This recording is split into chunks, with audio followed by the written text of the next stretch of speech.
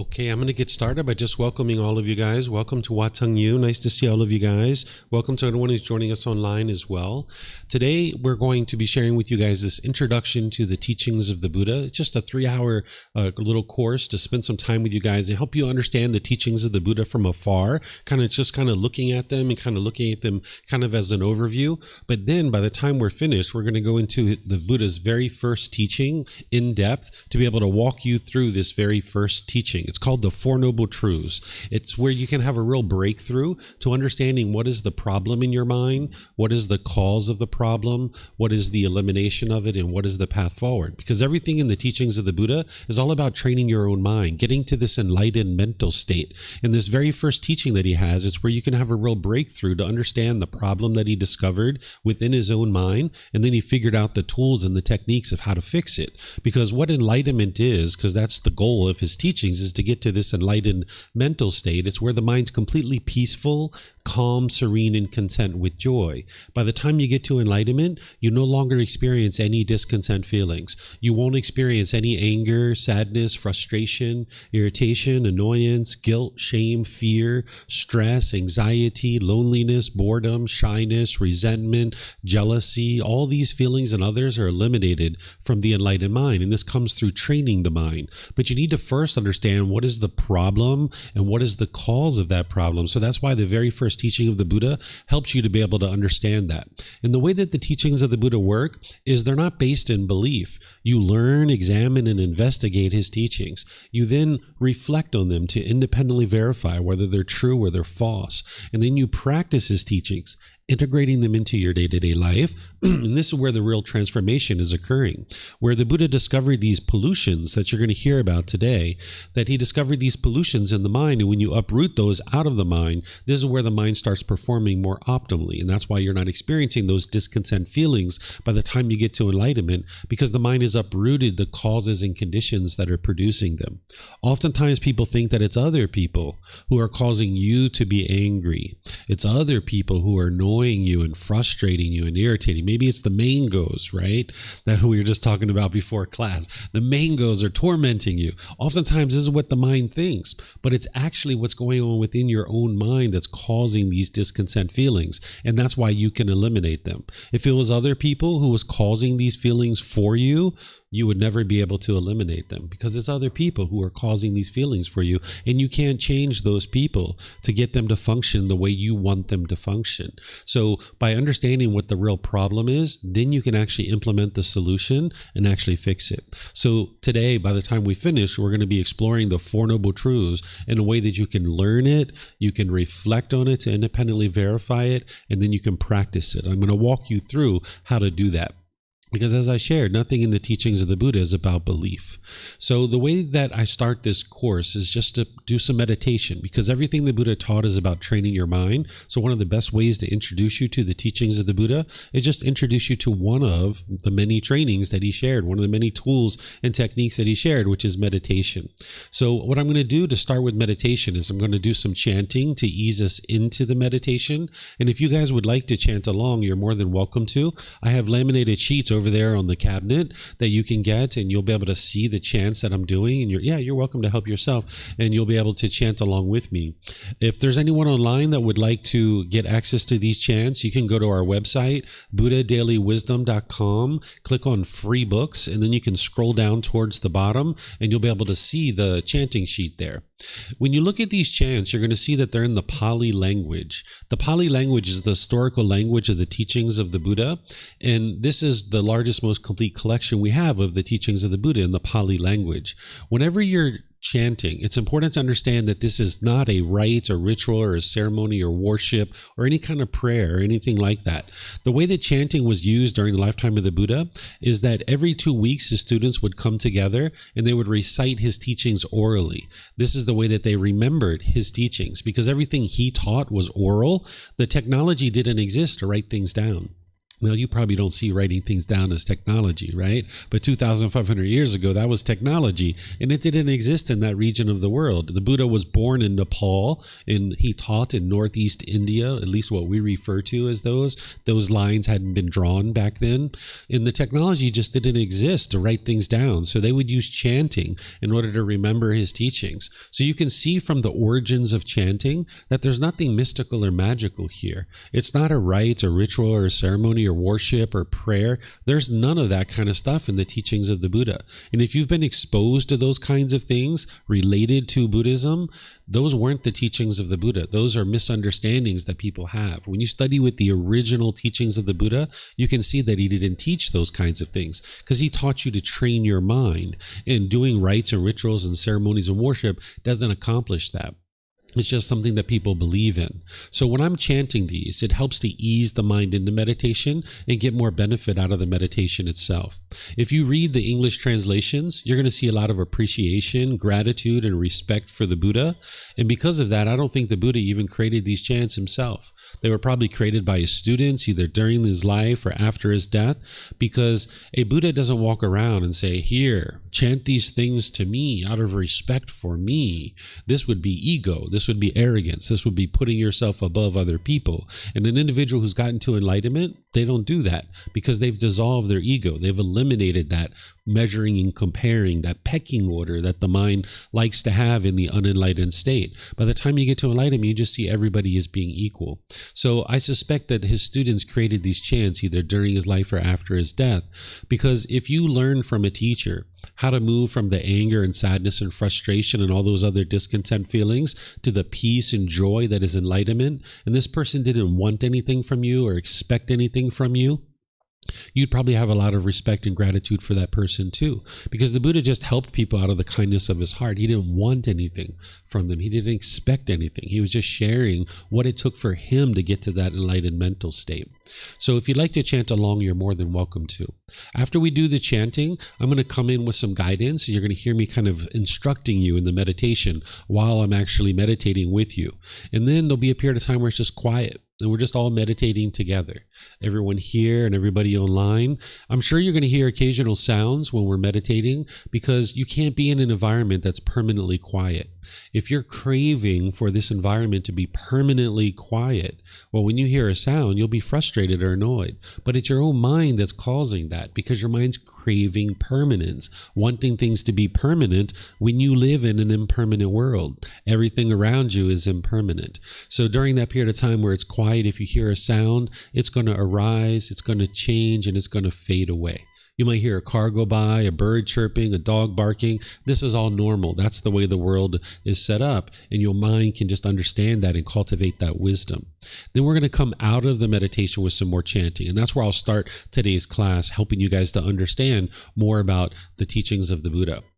In terms of your body position for meditation, there's 4 positions that the Buddha taught: seated, lying, standing, and walking. And you would need these at different times. And there's different ways for you to learn these. In fact, next week, I'm going to be starting a course on Monday through Friday at 9 a.m. to 3 p.m. It's called Foundation in the Path to Enlightenment. And I'm going to be teaching all of these positions, the seated, lying, standing, and walking positions, because your body can't be in the same position permanently. It's just not possible. You're going to have certain changes to the body over the course of your life. You're going to need these different positions. But oftentimes people are learning in the seated position. That's where they're starting out. So I'll give you guys a little bit of guidance on the seated position just to help you get started. But you shouldn't take anything that I share as like a hard, fast thing that you need to do, because everybody's body is different.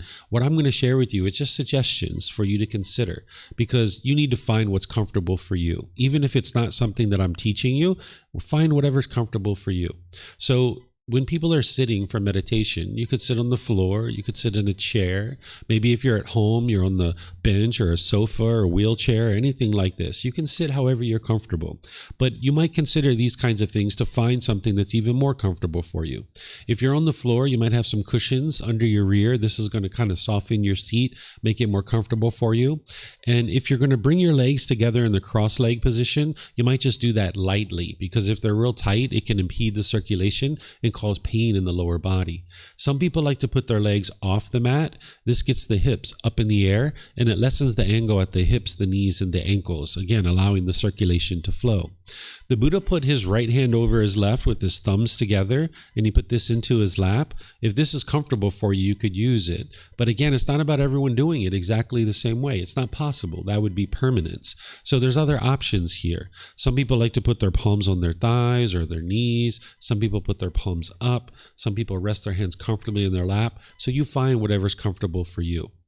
In terms of anybody who might be at home sitting in a chair or on a bench or a sofa or wheelchair, or you guys decide to use one here, oftentimes what people do is they put their feet flat on the floor or lightly cross at the ankles. But you can see me, I'm sitting in a chair here with my legs crossed, so that's an option for you as well. In terms of your upper body, you would like that to be erect, with the sternum up and the shoulders back. That's going to keep your mind attentive and alert during the meditation. And it's also going to make it easy for you to breathe in through the nose and out through the nose. Whereas if you were slouched, the mind would have a tendency to be dull or lethargic. But if you were real rigid, the mind could be overactive or uptight. So you'd like the upper body to be in the middle, where it's erect with the sternum up and the shoulders back. Because keeping the mind attentive and alert is really helpful, because meditation is a dedicated, active, purposeful training session where you're eliminating certain unwholesome qualities and cultivating certain wholesome qualities. And you would like the mind to be attentive and alert during this training. So by having the sternum up and the shoulders back, not only will it keep the mind attentive and alert, but it'll make it easy for you to breathe in through the nose and out through the nose. So again, I'm going to start us off with the chanting, which you guys are welcome to join in on. Then I'll come back in with the guidance and we'll go from there. Arahang Samma Sambuddho Mahakawa Wat Tung Mahakawanhang Apiwa Deyami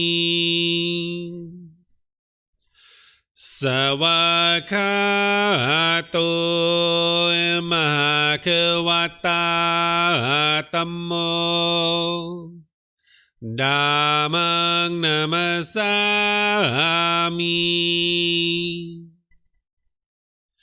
Supatipano Mahakavato Sawaka Sangho Sanghang Namami Namo Rasa Bhagavato Arahato Samma Sambuddhassa Namo Rasa Bhagavato Arahato Samma Sambuddhassa Namo Rasa Bhagavato Arahato Samma Sambuddhassa Iti piso Mahakawa Arahang Samma Sambuddho Vicacaranang Sammuno Sakato Rokavitu Anutero Purisa Dhamma Sati Satatawa Manusarang Bhutto Bhagavati.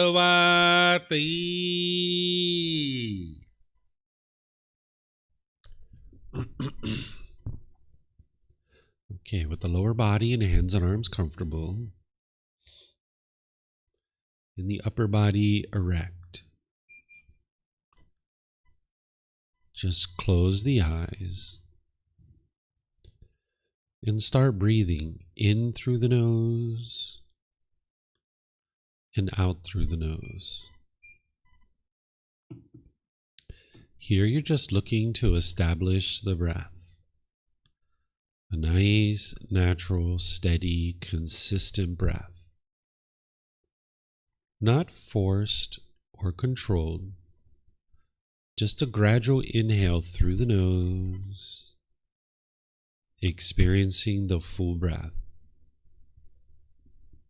And then whenever you're ready, exhale out through the nose. Breathing in and out.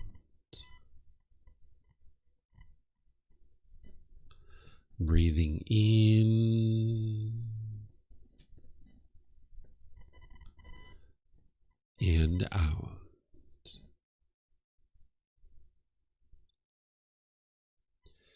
Your breath may not match up with the guidance that I'm providing, and that's okay. This is your practice. I'm just here for guidance. You can use this voice as a reminder that whenever you get to the next inhale, breathing gradually through the nose, developing a nice, natural, steady, consistent breath. And then whenever you're ready, exhale out through the nose, experiencing the full breath. Breathing in and out.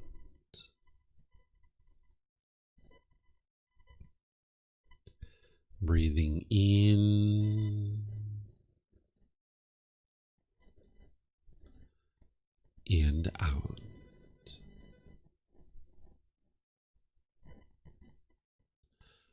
With the breath well established, start fixating the mind on the breath. Either the sound of the breath coming into the nose or the sensation of air moving over the skin into the nose. The breath is the present moment. Fixate the mind on the breath, the present moment. Breathing in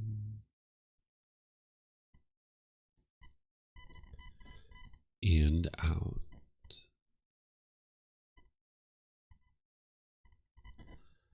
Breathing in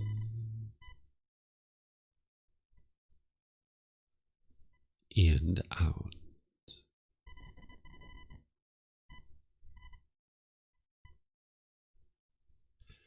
With the mind fixated on the breath, whenever you notice that it moves off the breath, cut that off, let it go, and come back to the breath, the present moment.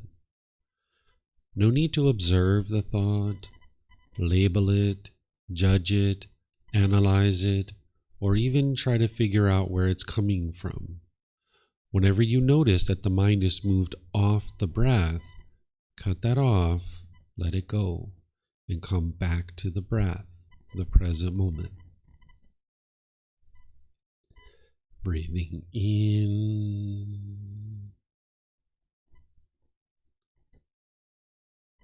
and out.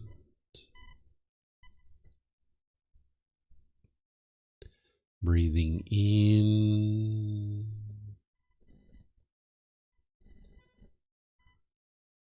and out.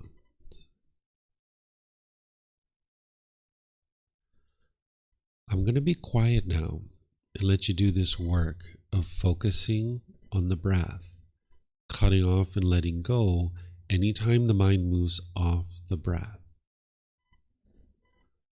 You have nowhere to go. There's nothing to do. No one needs you right now. This is your time to focus on the breath. Breathing in and out.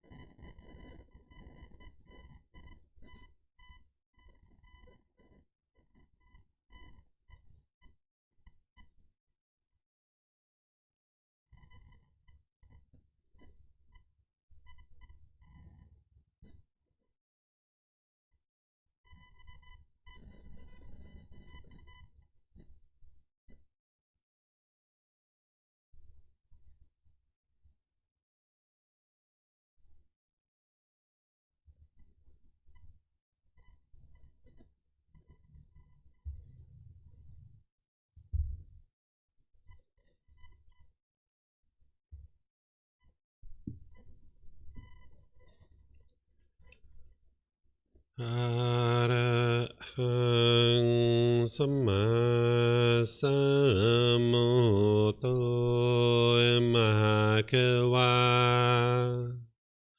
โอตังมหาเขวันนังอภิวาเตมิ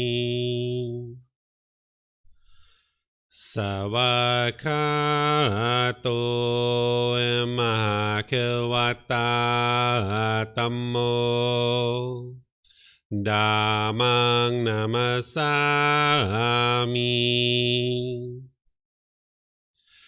สุปฏิปันโนมหาเขวัตโตสาวกสังโฆสังฆังนามามินะโมตัสสะภะคะวะโต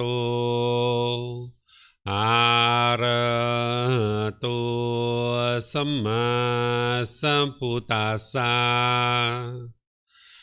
นะโมตัสสะภะคะวะโตอะระหะโตสัมมาสัมพุทธัสสะนะโมตัสสะภะคะวะโตอะระหะโตสัมมาสัมพุทธัสสะอิติปิโสมหาเขวาอะระหังสัมมาสัมพุทโธวิชาจารณังสัมมุโนสกขาโตโรกาวิตุอนุเตโรปุริสาธัมมาสติสัตตาตาวามนุสนังโหโตภาควาติ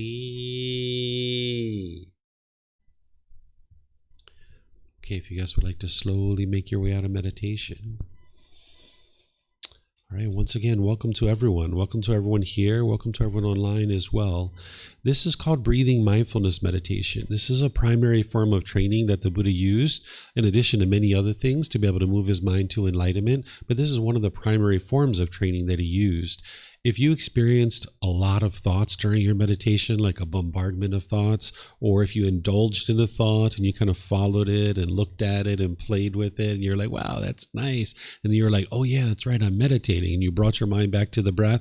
This is completely normal. This is what happens when people first start training their mind, because their mind's not very well disciplined. So you'll have lots of thoughts, or you'll follow a thought and kind of indulge in it for a period of time. But don't worry about that. We'll talk about meditation plenty more as you learn and grow and develop on the path to enlightenment. This is just an opportunity to just give you a little bit of a taste of this particular meditation. It's actually accomplishing very specific goals that you'll learn about if you decide to continue with your education. You'll understand what exactly you're doing during the meditation and why it's happening and all these kinds of things. But today's class is really just getting you started with a brief little introduction. So in terms of meditation, I just give you a little taste of it. What I'm going to do to start us off is I'm going to start off helping you to understand what is an actual Buddha, so that you can understand what a Buddha is, because that's a great place to start. If you're going to get introduced to the teachings of the Buddha, what is a Buddha, right? So I'm going to help you guys understand that and some other things to get started. But as we get started here, I would like to share with you that I'm going to pause at different times to allow you guys to ask any and all questions that you like as we're going through the class. If you would like to ask a question, you can use the microphones here in the white bowl. Just get a microphone, press the gray button. You're going to see the lights come on, and you can hold that up to your chin, and we'll be able to hear you here at the temple. They'll be able to hear you online as well. If you speak here without a microphone, they won't be able to hear you online. So if you could use a microphone, that'd be great. And then you can just keep it with you, because you might have more than one question, or someone around you might have a question, and you can just share share the microphone. And then if you're not using it, if you could just turn it off, then we won't get feedback through the speakers. Anybody who's on Facebook, YouTube, or in Zoom, if you would like to ask questions, you can put that into the comment section and I'll be able to see that. Or in Zoom, you can electronically raise your hand and ask any and all questions by just unmuting your microphone. So as I mentioned, I'm going to help you guys to understand what is a Buddha to help us get started with this introduction to the teachings of the Buddha.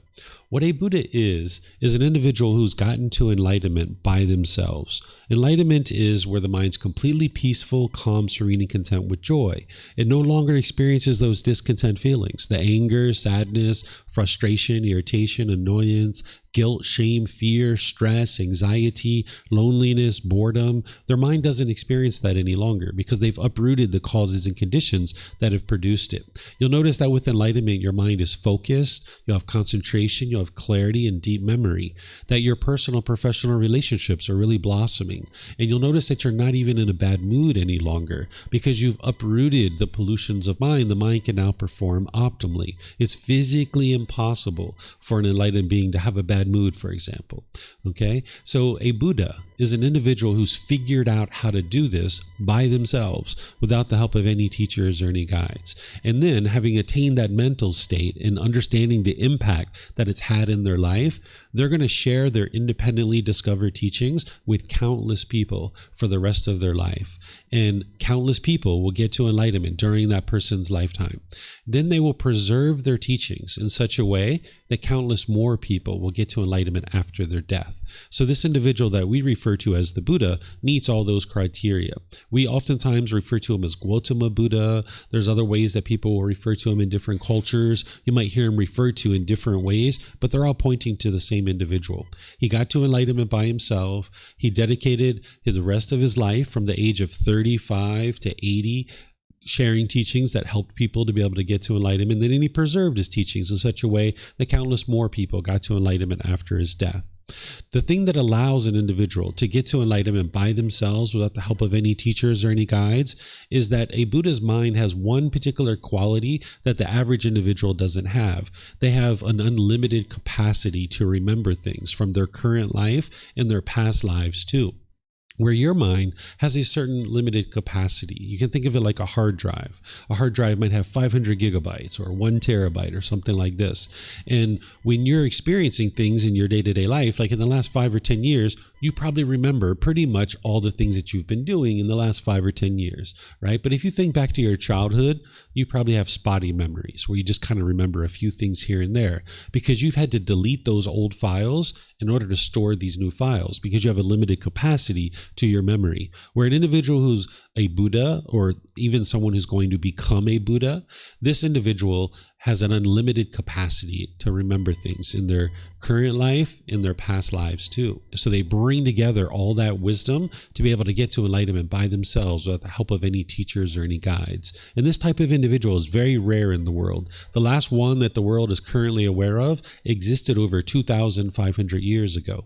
So you can get to enlightenment, but you're not going to be a Buddha at that point because you're going to need help. You're not going to be able to accomplish what a Buddha is able to accomplish. And as I mentioned, they have this profound memory. That's what allows them to be able to actually get to enlightenment by themselves and help countless people as well. Then an individual who's a Buddha can quickly determine the condition of someone's mind by spending time with them. They don't do this out of ill will or spite or anything like this. They only do it in order to help people. So if a Buddha has certain students, which they're going to have plenty of students, they're going to be able to observe the quality of the mind of the individuals that are studying with them, and then they'll be able to offer them teachings to be able to help them to be able to make their way on their journey to enlightenment because they can see the pollutions of mind in their students, and then they can give them teachings that are going to help them. But they only do that with students. They don't go around and giving unsolicited guidance to people and telling people what they should or shouldn't be doing because that would be conceit and that would be what we call craving, desire, attachment. That would be ego. So an individual who's a Buddha can observe the quality of people's minds and then be able to help them to be able to make their way to enlightenment. And then lastly, a Buddha is going to be a living, breathing, walking example of their teachings. Unfortunately, the projector, I moved it. I didn't realize that this was going to be off. If anybody would like to move it, you're more than welcome to. But there's a couple of lines below this where it says that a Buddha is a living, breathing, walking example of their teachings. Whatever they teach, they also practice that same thing too.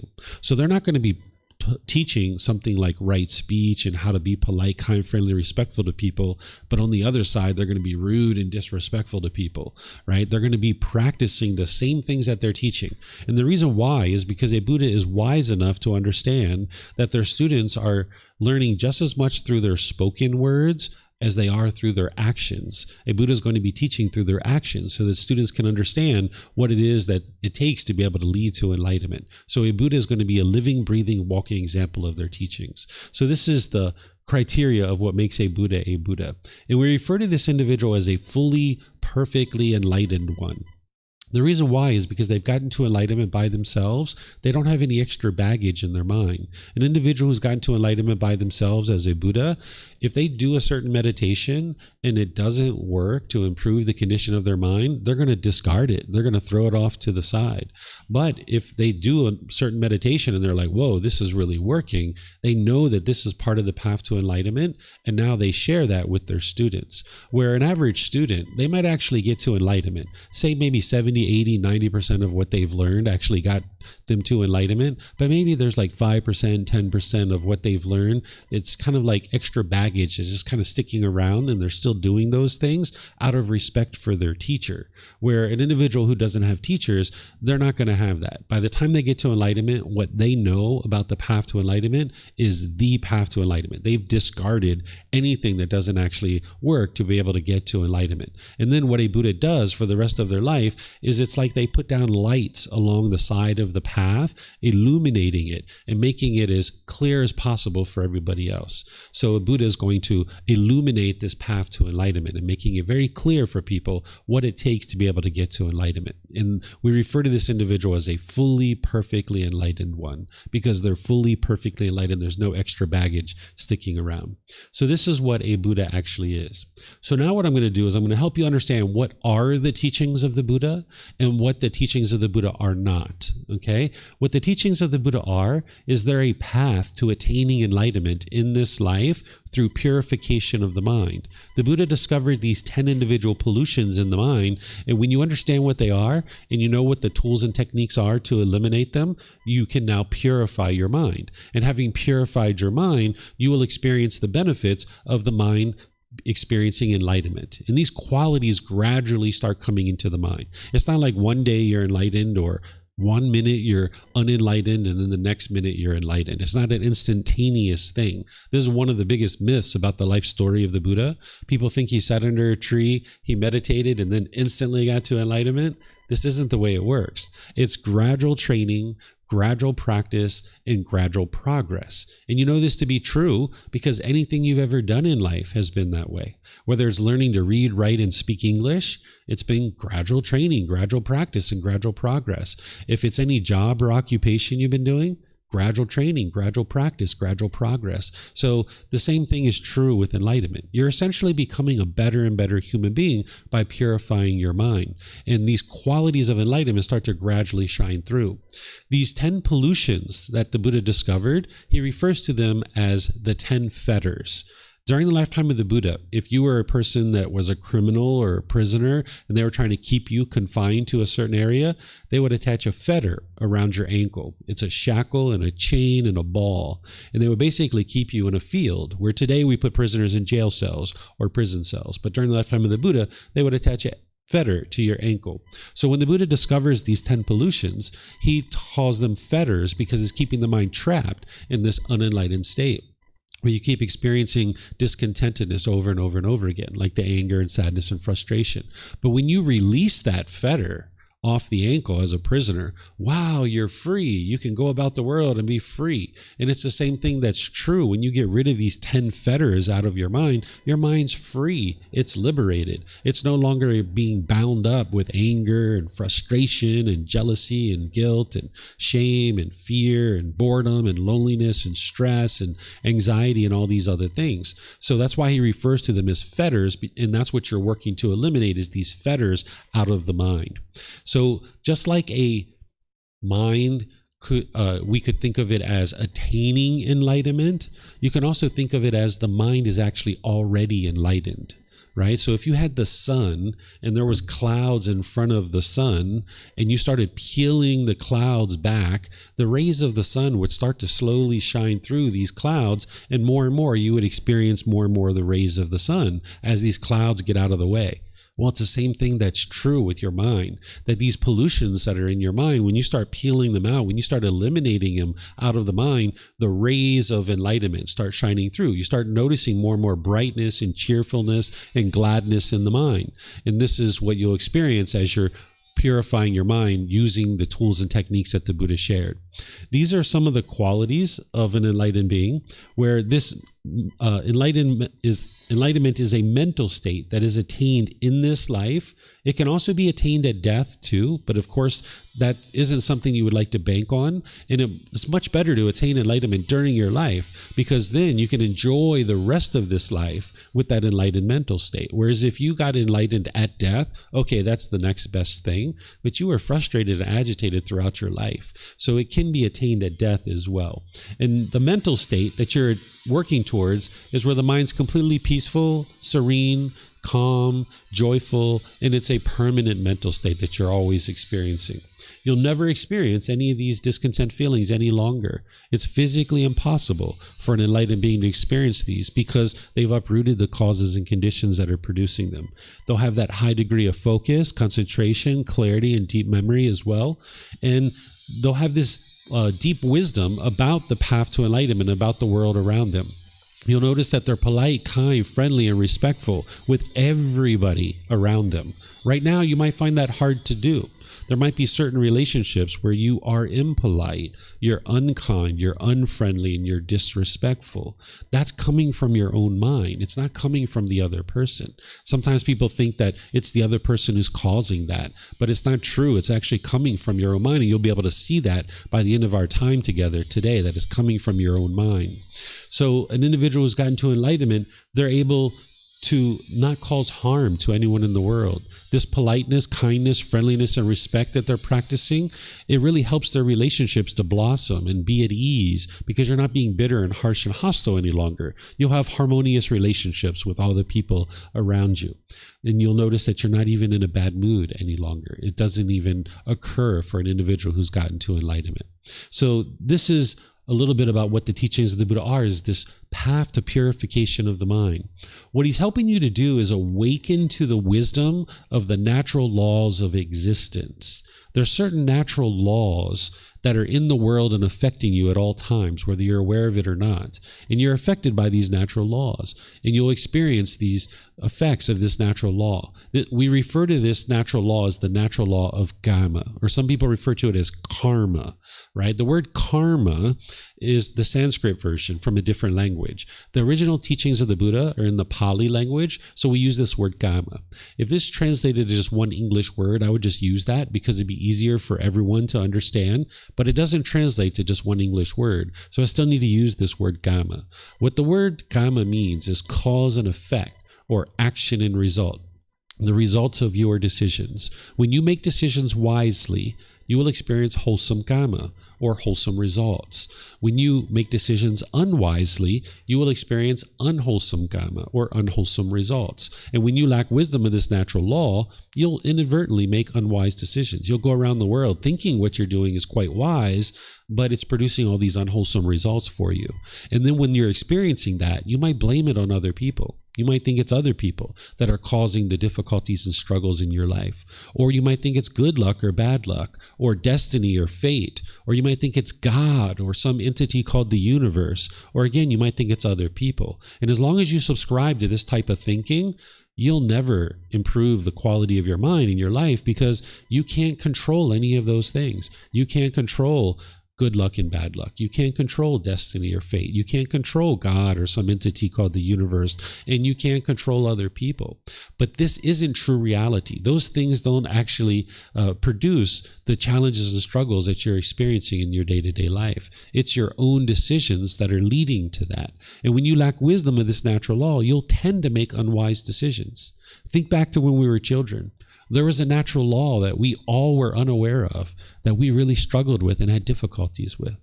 It was called the natural law of gravity, right? We all had struggles with that natural law. We were growing up, 1 year old, 2 years old. We kept falling down, hitting our head, bumping our elbows, breaking our toys, and we cried. We were so upset because we didn't understand this world that we lived in. It was all kinds of difficulties and struggles, right? But slowly but surely, we gained wisdom of this natural law of gravity.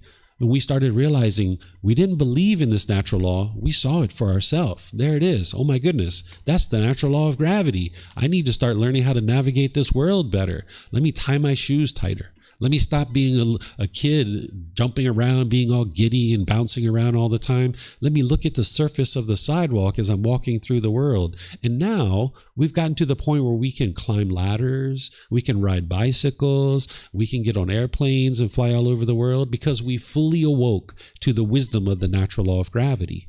And now we experience improved results. It took us till about 10, 12, 14 years old to be able to do that. Gradual training, gradual practice, and gradual progress. Well, this natural law of Gotama is affecting you whether you're aware of it or not.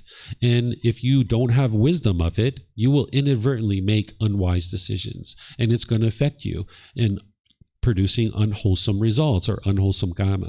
But as you learn about this natural law and you develop this wisdom, not through belief, but through learning, examining, and investigating it, through reflecting on it to independently verify whether it's true or false, and then you practice integrating it into your life, making wiser and wiser decisions, you'll be able to see the truth. This natural law actually exists, and now you're awakening to this natural law where you're cultivating wisdom about it. That's what it means to awaken to the natural laws, or to awaken to enlightenment, is you're cultivating wisdom about the world around you.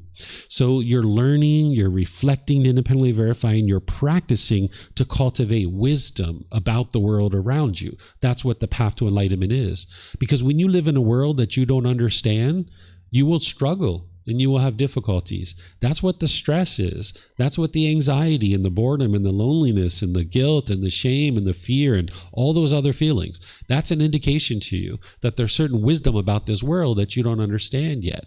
And it's helping you to be able to see that, so that then you can get the help that you need. It's like a red light on the dashboard of your car, flashing and letting you know, like, hey, there's still some more things in this world that you need to learn. So the Buddha didn't teach the way the world should be, and that if everybody follows these rules and commandments, the world's going to become a better place. That's not what he did. He explained to you the way the world is. And by understanding the way the world is through these natural laws, and there's others besides the natural law of Gotama, by understanding these natural laws, your mind has awakened to the wisdom of the world that you live in.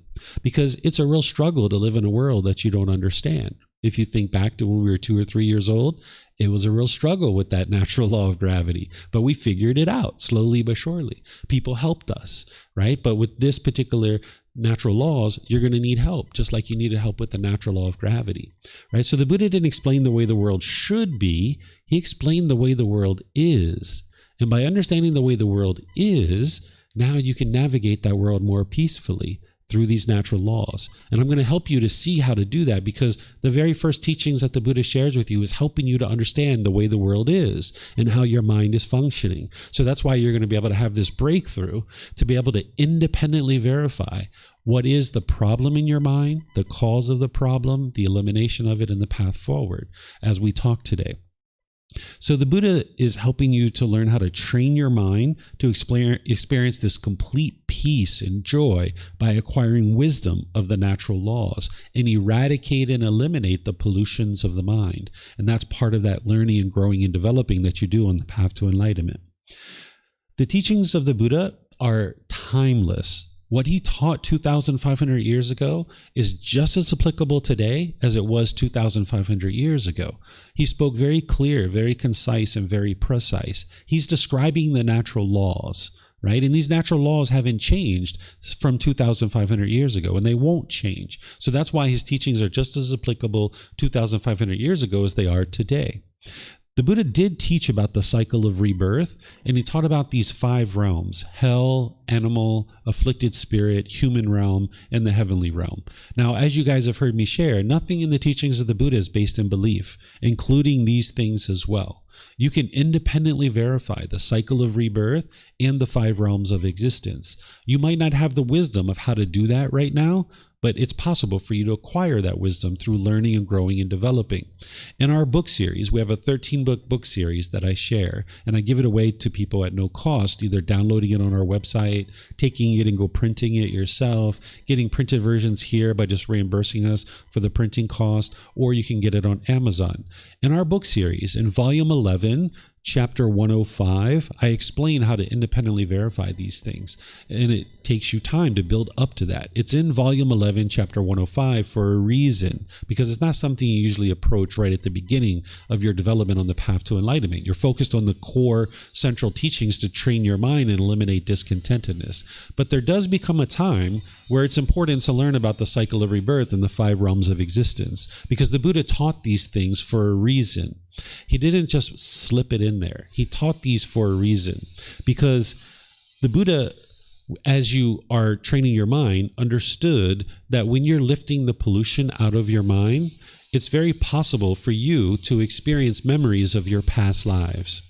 If you start remembering certain things that happened in your past life and you didn't realize that was from your past life, it could really shake you up. So for example, if you started having vivid memories of being murdered, and these are recurring memories that just keep reoccurring in your mind over and over and over again, this could really shake you up if you didn't understand that was in the past and you can just leave it in the past. Because as you're lifting this pollution out of the mind, it's possible that you could experience memories from your past lives. Or as you're lifting this pollution out of your mind, some people can actually see some of these beings. The hell beings, the afflicted spirits, which are ghosts, the heavenly beings, these are formless beings. They don't have physical form like animals and humans, but there are some people who can actually see hell beings, afflicted spirits, which are ghosts, and heavenly beings. And if you saw these things and you didn't understand this is the way the world is and this is normal, you could really be shaken up by that. And in order to get to enlightenment, you need to get to the point where you're peaceful and joyful,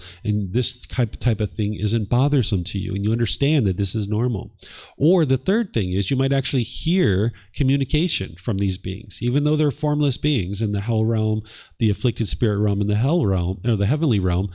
Some people can hear communication from these beings, because sometimes people think these realms are like really far away. They think about the hell realm is deep down in the core of the earth and the heavenly realm really far away. But all these beings are in the same time and space, right? Like just like there's a human being sitting in this chair now, if I got up and left and we left the door open, there could be some animals that come in here. There could be some dogs or squirrels or cats or something like this that could come in and sit in the same chair. So it's the same thing that these hell beings, these afflicted spirits, and these heavenly beings, they're all in the same time and space as all of us. And you could experience communication from them. And again, this could really shake you up if you didn't understand that that's the way the world is, right? So the Buddha taught this for a reason, because this is the way the world is, but it's not something you need to approach right up at the beginning of your journey to enlightenment. What I suggest students to do is set it aside. What's happened in the past with the cycle of rebirth, it's in the past. It doesn't matter right now. You're a human being. You can get to enlightenment. It doesn't matter what happened in the past. And what may or may not happen in the future, it's in the future. It doesn't matter right now. What I would encourage you to do is focus on learning the core central teachings of the Buddha that are going to actually impact the condition of your mind, where you can see the gradual improvements in your relationships, because you know in situations where you're angry and sad and frustrated and irritated and annoyed, and as you're training your mind in these teachings and you see that your mind's not experiencing that anymore, you'll know that it's these teachings that are actually helping you to do that. So that's what I suggest that you actually focus on, is learning and developing the core central teachings. And that's why I'm going to start you off with the Buddha's very first teaching today. But this is something that the Buddha taught. The Buddha also did teach about God. Sometimes people think that the Buddha didn't teach about God. You might hear people say that the Buddha denied the existence of God, or the Buddha rejected the idea of God or the existence of God. This isn't actually true. And this is coming from someone who hasn't actually studied his teachings very closely, that they're having misunderstandings. If you look in the teachings of the Buddha and you study them, he did teach about this being God. But he didn't put God at the center of his teachings, because it's not God who determines whether you get to enlightenment or not. It's you that determines whether you get to enlightenment. So he didn't put God at the center of his teachings. He put you at the center of his teachings. It's you that's going to determine whether you get to enlightenment or not. It's your own personal decisions. So he did teach about this being, and he helps people to understand this being, that this being exists, but he doesn't teach you to worship this being. He doesn't teach that this being controls what you experience. He doesn't teach that this being punishes or rewards you. He doesn't teach you that to fear this being or anything like that. It's just like your neighbor, right? You could have a relationship with your neighbor, and this is going to help you when you go away on vacation. Someone can watch over your house, or if you need to borrow some salt, you can go ask your neighbor for some salt. It kind of enhances your life a bit to have a good relationship with your neighbor. But, you could choose not to have a relationship with your neighbor too, and you'd get along just fine. You'd be fine in this world to be able to live life without this relationship. And it's the same thing with this being. Someone could choose to have a relationship with this being and go forward and get to enlightenment, and someone could choose not to have a relationship with this being and still get to enlightenment, because it's not this being that determines whether you get to enlightenment or not. But if there's certain things you've been taught about this being in the past, your mind might have been conditioned to think about this being in a certain way, that maybe if you think about this being as punishing you or rewarding you, or some being that you should pray to and ask for something good to happen for you, or you think that this being is a being that you should fear, or things like this, any of these kinds of things and others isn't actually true reality. Everything you're experiencing is based on your own personal choices. So the Buddha did teach about this being, but he didn't put this being at the center of his teachings. The largest, most complete collection of the teachings of the Buddha that we have are in something that's called the Pali Canon. These are 45 volumes of books that are about this thick, right? This is what we have left of his teachings. And we don't have everything that he actually taught, but we know how to get to enlightenment. But the Pali Canon doesn't have everything that he ever taught. And that's one of the reasons why you need a teacher. You wouldn't be able to just read a set of books and actually get to enlightenment. So these 45 volumes of books have been consolidated into this book series that I share, that is 13 books, and it makes it much more approachable.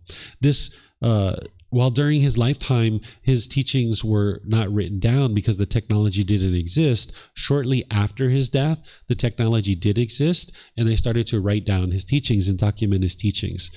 By the time he got to the point of death, there were countless people that had gotten to enlightenment, and 500 of them came together to document his teachings.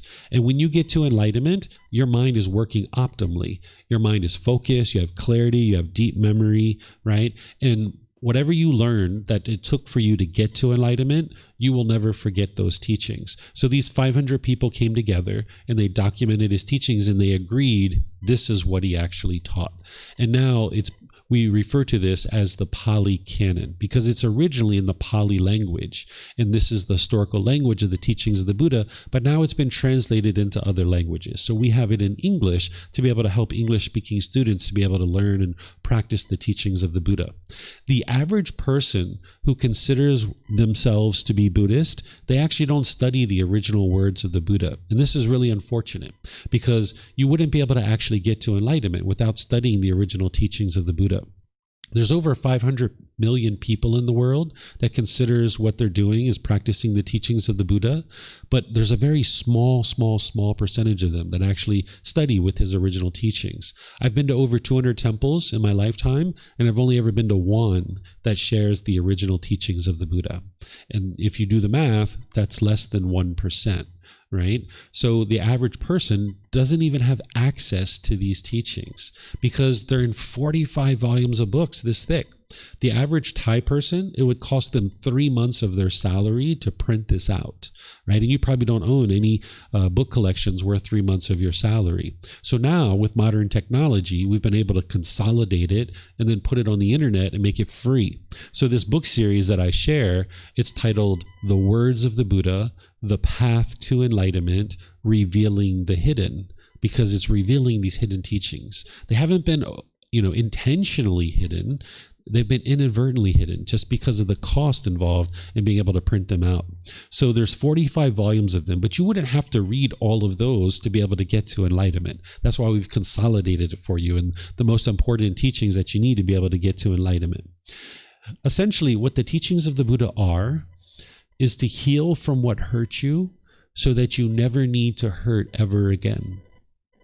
The teachings of the Buddha are to heal from what hurt you so that you never need to hurt ever again. What's hurting you, though, is inside your own mind. It's not the outside world. And you're going to be able to see that today. It's not the outside world. So in order to heal from what hurt you, you need to look inward. You need to be introspective. You need to do this inner work to heal your own mind. No matter what's happened to you in the past, no matter what you've experienced in the past, you can overcome that. There's nothing in your past that is going to hinder you from getting to enlightenment. During the lifetime of the Buddha, there was an individual who murdered 999 people. He ended up coming in contact with the Buddha. He became a student of the Buddha, and he actually got to enlightenment during that lifetime. So I know none of you have killed 999 people, right? So there's no way that there's anything in your past that is going to hinder you or block you from getting to enlightenment. You can do that in this lifetime. So the teachings of the Buddha are to heal from what hurt you so that you never need to hurt ever again. And it needs you to decide that you would like to do this inner work in training your own mind. So I'm going to pause here and see if you guys have any questions on what are the teachings of the Buddha before we go on any further. Remember, if you guys could use the mics, and anybody online, if you could put that into Facebook, YouTube, or Zoom, or if you could raise your hand in Zoom, that would be great. So any questions here or online? Yeah, you have a question? Yeah, come get a mic. And you guys can keep those with you, as I mentioned, so that they're spread out throughout the room. It's just a curiosity if there was a Buddha before Gautama Buddha. This is one of the few conflicts that I've seen in the Pali Canon. The Pali Canon has the same teachings all the way through, but this is one of the very few conflicts that I've seen, because I saw some places where the Buddha is documented as having said that there was Buddhas before him, but then there's a place where the Buddha says, I am the discoverer, the declarer, the originator of the path to enlightenment, undeclared before me. So that means that he was the first and only Buddha, right? So there's a conflict here. It's an interesting topic to talk about, but it actually doesn't even matter if there were Buddhas before him. I suspect there weren't Buddhas before him, because once you understand the path to enlightenment and what it takes to get to enlightenment, you understand the level of intellectual conversation that's required in order to be able to understand the teachings, to be able to get to enlightenment. And prior to around that time frame, human beings hadn't developed conversation enough and spoken language enough to be able to have intellectual conversation. When we first started, we were just moaning and grunting and, gesturing to each other. But over time, we developed more and more complex language to be able to communicate our thoughts and our ideas that we were having. So 2,500 years ago, when the Buddha was teaching, he was born in 563 BC, and he died in 483 BC. During that time frame, prior to that, 10,000 years, 5,000 years, 20,000, 100,000 years, complex language didn't exist. So I suspect there wasn't any Buddhas before him. So this is the only conflict that I've really seen in the Pali Canon.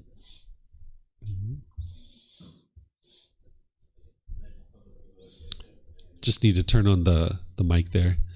You just hold the gray button. You'll see the lights come on. Just give it a second. You just need to be a little bit patient with it.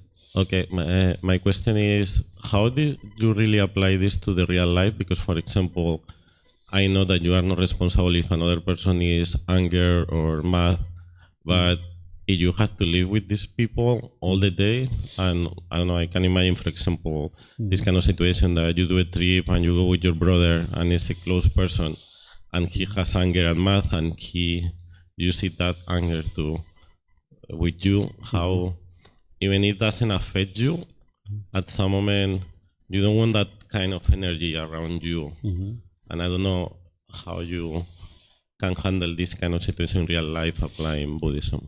Let's wait until we get to the very first teaching of the Buddha. Right now, I'm just kind of giving you an overview to kind of look at the teachings of the Buddha and what they are and what they aren't. But when we share his very first teaching, then that'll be a perfect time that we can talk about that. So just bring it back up if you'd like to talk about it at that point. But you'll probably figure this out for yourself when I teach it. But if you have a question, just bring that up again and I'll explain it to you.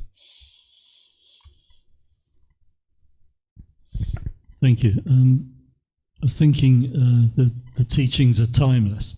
Mm-hmm. And I look at that and I investigate that a bit, and I think obviously it's clearly a very different time we live in, and I think the Buddha's teaching is promising to put an end to all neuroses like the anger, guilt, shame, fear, and all those things that you mentioned. Mm-hmm. If I think today, it's the world's everybody feels like it's so different now. I mean, mental illness is off the charts.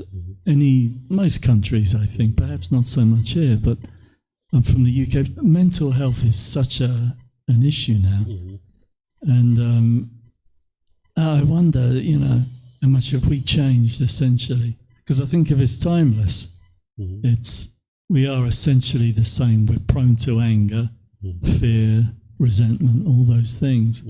But do you think today it's very different? How can something be really timeless, Yeah, the reason why is because the Buddha taught the natural laws, and the same thing that he taught is applicable today because the natural laws haven't changed. What you're thinking of as mental illness is not really truly a mental illness. Now, those anguish that people experience is 100% real, right? The struggling, the depression, the symptoms that they're experiencing, right? Like what people call bipolar disorder, ADHD, ADD, anorexia, bulimia, all these different things. That is real in terms of they're experiencing real anguish. But the problem isn't biological. The problem is that the mind is untrained. When you understand these teachings, you can see that all the things that we're, not all, but a large majority of what we're describing as mental illness can actually be solved through training the mind with the teachings of the Buddha. It just requires an individual to decide that they would like to train their mind and they can see the results for themselves. So a person right now who experiences what we might refer to as depression or bipolar or ADHD, ADD, any of those things, if they trained their mind with these teachings, they would completely escape all those symptoms and their mind would function optimally, just like an enlightened being. There's nothing that's going to hinder that person. It's not a biological thing. This is part of the misunderstanding that the mind has, is that the mind, that nowadays people think that people think that what they're experiencing is biological, where in reality the teachings of the Buddha, training the mind, you can eradicate those symptoms. Okay, let me see if we have any questions online here. I don't see any questions here online. Okay, so now what I'm going to do is I'm going to teach you what the teachings of the Buddha are not. Okay, that's one of the methods that I teach, is I teach you what something is, and then I teach you what something is not. And by teaching you what something is not, it's actually helping you to know what something is. Okay, so what the teachings of the Buddha are not is they are not a collection of beliefs, doctrine, concepts, opinions, or views that will produce a pleasant afterlife if you believe in them, and an unpleasant afterlife if you don't believe in them. In fact, the teachings of the Buddha aren't belief at all. And they're not opinions, they're not views, they're natural laws that you can independently verify through your own development, through your own investigation, examination, through your own reflection, and through your own practice. You can independently verify these things. So the Buddha's not teaching you to get to this wonderful afterlife, right? He's not teaching you to believe a bunch of things and then hope something good happens when you die. He's teaching you to get to a wonderful life now, in this life, right? That's what he's guiding you towards. Essentially, the way we can think about it related to mental illness too, is this path to enlightenment is like an evolution of our species. If all of us got to enlightenment, the species would evolve, that we would no longer experience anger and sadness and frustration and all these other things. Just like a lizard or a snake or something like this will evolve and become a better and better species, us human beings can evolve and become a better and better species. We've been doing that all throughout history, but there's this important aspect of the mind that we haven't understood. If you talk to most psychiatrists and doctors, they will tell you out of the human body, there's one thing that they don't understand the most, and it's the brain. The mind and the brain are two different things, but when I've talked to scientists and researchers and doctors, they say that what they think that is possible to know about the brain, they think that they know about 1% of it. whatever that they know that we currently know about the brain, they think they know about 1% of what's available to be known. So that means that that's all we know, right? Now, the mind and the brain are two different things. The brain is the physical organ, and the mind is non-physical. It's intangible, right? So what the Buddha is teaching you to do is train the mind. He's not teaching you to believe a bunch of things. He's not giving you views and opinions that you have to adopt as your own. He's helping you to understand the way the world truly is. And what a teacher is doing is we're like a tour guide. We're like pointing out for you the things that you need to learn and understand. But you are on your own independent journey to enlightenment. You're not a devotee. You're not a follower, right? You are your own independent practitioner choosing to investigate the teachings. And a teacher is a tour guide that's pointing out for you what you need to learn, and we're sharing the resources with you to be able to help you to learn that. But it's you doing that work to roll up the sleeves and sink your teeth in and actually understand it. So there's certain beliefs that you currently have right now that are actually untrue. If you experience anger and sadness and frustration and all these other things, there's certain things that your mind has that are not true, because otherwise you wouldn't be experiencing those feelings. If your mind was fully awake to the way the world is, your mind would be completely peaceful and joyful. So there are certain beliefs that you currently have that you're going to need to be willing to let go of. But you're not bringing in new beliefs in order to get rid of your old beliefs. That's not what the Buddha is teaching you. He's helping you to be able to understand how to acquire this wisdom. And when this wisdom is coming into your mind and you're seeing and independently verifying the truth, and you see it conflicts with your beliefs, you're going to need to be willing to let go of those beliefs and realize, like, whoa, I can't believe that I believed that for all these years, right? I'm going to have to let that go. One of the first beliefs you're going to need to let go of is that it's other people who are causing you to get to anger and sadness and frustration. I'm going to show you about that today when we start talking about his very first teaching.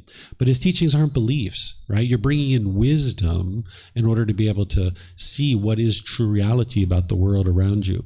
If you think about the teachings of the Buddha as a religion, I would suggest to you that his teachings are not a religion. And it really depends on how you think about religion.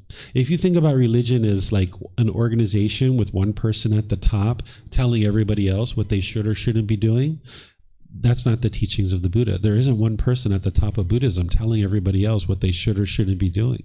If you think about religion as rites, rituals, ceremonies, and worship, there's none of that in the teachings of the Buddha. Now, you might see people actually doing those kinds of things. Even here in Thailand, you might see people doing those things, but those are misunderstandings of the teachings of the Buddha. There are no rites, rituals, ceremonies, and worship. He makes it very clear in his teachings, if you study them, that there's nothing superstitious or auspicious. There's nothing mystical or magical about his teachings. So if you think about religion as rites, rituals, ceremonies, and worship, that's not what the Buddha actually taught.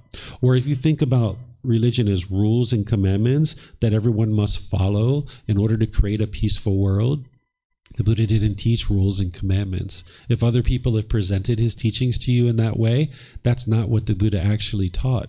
And you can see it in his own words, to study his own words, that there's no rules or commandments. He's guiding you into cultivating wisdom. So that's what's awakening your mind.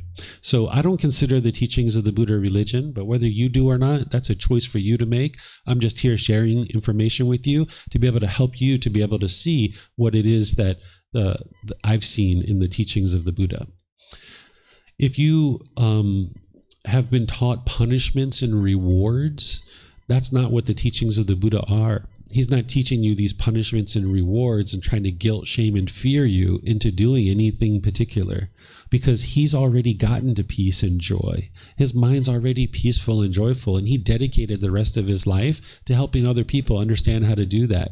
He was a prince destined to become a king, and he stepped away from that family and he stepped away from that heritage. He ultimately came back to his family and they spent time together and they ended up learning with him. But he stepped away from the throne of being a king and went into this life of homelessness. And you don't have to enter into a life of homelessness in order to get to enlightenment. That's part of his journey and what he did, he stepped away from that royal family and decided that he was not interested in being the king. And he got to this peace and this joy. And he just spent the rest of his life helping other people to understand how to do that. He wasn't trying to convince you to do anything. He wasn't trying to fear or guilt or shame you into doing anything. He was just helping you to understand what it took for him to get to this better way of life. When the Buddha got to enlightenment, he didn't say, I discovered a new religion, and now let me guilt, shame, and fear people into believing in that. He said, I discovered a better way of life, this peaceful and joyful mental state. I've discovered that, how to do that. And now he shared it with anybody who was interested in learning it. He never forced anybody or controlled anybody to be able to do that. He just invited people to be able to learn if they would like to learn. And then he helped those people who were interested to learn. His teachings, as I mentioned, are nothing mystical or magical. There's no superstition or auspicious things in his teachings. If you see that, it's not the teachings of the Buddha. He says it very clearly in his teachings that nothing in his teachings is superstitious or auspicious. His teachings aren't something to attempt to force others or convince other people to do. Sometimes when you learn certain things like this, you're motivated to go out into the world and convince other people to come and do these same things that you're doing. And now we're going to all believe these things together. This isn't actually the way the Buddha's teachings are set up. It's not about going out in the world and convincing other people to do anything. It's about your inner growth. It's about your inner development. One of the ways you can think of the teachings of the Buddha is it's like a self-help program. It's a well-vetted self-help program. It's been around for 2,500 years for a reason, because it works, right? So this is about your growth and your development. It's not about everybody else. As you're becoming more and more peaceful and your family and friends are like, what are you doing? I've noticed over the last 6 months or a year, you're getting so much more peaceful. You're so much more friendly. You're so cheerful all the time. What's going on? And you're like, oh, I'm learning the teachings of the Buddha and practicing those. Really? Where can I get that? Right? So if you're like eating a piece of chocolate cake and people see a big smile on your face, they're like, where'd you get that chocolate cake from? Right? It's the same kind of thing as when you're starting to become more and more peaceful, people are going to be curious about what you're doing. And the teaching is just spread naturally that way. So we don't need to go out in the world and convince people or try to force them to do anything. You just learn and practice for yourself as your own independent practitioner. And then more and more people will be curious about that. The teachings of the Buddha need to be pulled into somebody's life. There's 1,000,001 decisions that you need to make in order to get to enlightenment. And if someone's not willing to make the first decision to choose to actually go learn the teachings, they're not going to make all the other decisions. So it's not about pressuring people or forcing people to do anything. Each individual person needs to decide to bring the teachings into their life themselves. So that's the way the Buddha's teachings are set up. His teachings are not these short, catchy phrases that will produce some kind of beneficial aspect of your life. If you spent any time on social media around Buddhism groups, you're going to see all these little short, catchy phrases, and they slap the Buddha on there. It's like blah, blah, blah, blah, blah, the Buddha. If you do the research on these, 99.99999% of them weren't even said by the Buddha, right? You can actually see there's a website called fakebuddhaquotes.com. And if you look at that site, they have researched a lot of these quotes, and most of them have been said in the last 100 or 200 years. And somebody slapped the word the Buddha on there, or the title, the Buddha, as a way to give it more credibility, so more people would look at it and pay attention to it, right? So the Buddha doesn't have these short, catchy phrases. He has these really deep teachings that you really need to think about and ponder and reflect on, and you need to investigate those teachings. So these little short memes that you see aren't actually the teachings of the Buddha. I think I've seen maybe one or two in my days that are actually his teachings. There's very few teachings that are actually from him that are short, catchy phrases like that. Also, the Buddha's teachings aren't something that's stuck in the cultural past that degrades or denigrates any particular type of person. Sometimes people think that, the Buddha lived 2,500 years ago. He must have degraded women, right? He must have looked down on women and talked bad about them. No, he didn't. Oh, he must have talked bad about minorities and people of different classes, and he must have looked down on people, right? And denigrated and degraded people. No, he didn't. Enlightened beings don't do that. Enlightened beings think of everybody as equal. They are kind and polite and respectful to everyone. So you can see in the teachings of the Buddha where he was talking in polite and kind and friendly, respectful ways about women and men and even people that have same gender relationships. You can see him talking about these things in a very positive and uplifting way. But if you haven't studied with the original words of the Buddha, people cling to a certain perception. They form a certain perception of what they think the teachings of the Buddha are, and then they might go around and propagate that to other people. But for someone who's actually studied his original teachings, you'll see that he actually teaches men to respect women. He teaches women to respect men. He teaches everybody to be polite, kind, friendly, and respectful. So his teachings aren't something that's stuck in a cultural past that denigrates and degrades anybody whatsoever. So do you guys have any questions on what the teachings of the Buddha are not? Anything you guys would like to ask? All right. I don't see anything. So it's about 2:30, and I usually take a little break here, give you guys a chance to like stretch your legs, talk to each other, get some snacks from our little snack area. We have 2 bathrooms in the back. There's a 7-Eleven down the street. You can walk around and get to know each other, have conversations with each other. So right now it's 2:25. Why don't we take a 20-minute break, come back at 2:45, and then I'll pick up there sharing with you guys the very first teaching of the Buddha, which is the 4 Noble Truths. This is where you're going to have a breakthrough to be able to independently verify what is the problem in your mind, the cause of that problem, the elimination of it, and the path forward. And I'll show it to you in a way that you can gradually walk through it and independently verify it. So enjoy your break, and I'll see you at 2:45. Okay? All right.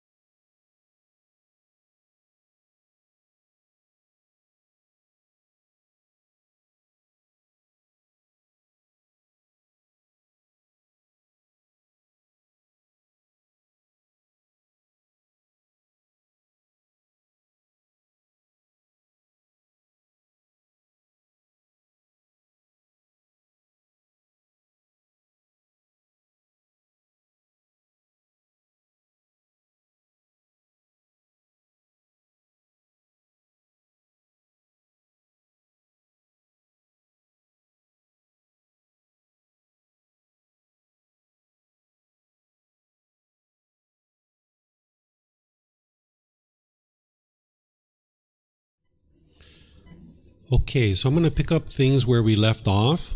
So welcome back from your break, everyone. Nice to see you back. Hopefully you guys got a chance to talk with each other, have some conversations, get some snacks, use the restroom, all that good stuff. Do whatever you like. There's no rules here. Just make yourself comfortable, whatever you'd like to do. I saw some of you guys relaxing and laying back. Do whatever you'd like to do. There's no rules here, so you just make yourself comfortable, just like you're at home. So I'm going to teach you guys this Four Noble Truths, right? This is the very first teaching of the Buddha. This is where somebody would really start. If you ever been to like a hiking trail where you're going to go out into the woods and the forest and hike along a trail, typically there's like a trail marker at the beginning of the trail, and it's going to tell you kind of like what you're in for. You're kind of like going to walk down the trail, walk over a stream, up a little hill, circle back around to the parking lot. Kind of tells you a little bit about the trail itself. This is like the trail marker. It's going to help you to be able to see what this path is about. It's going to help you to be able to have a breakthrough to understanding what is the problem in the mind, the cause of the problem, the elimination of it, and the path forward. And just like I mentioned, there's no beliefs here. So when I'm teaching you these teachings, it's important you don't believe anything that I share.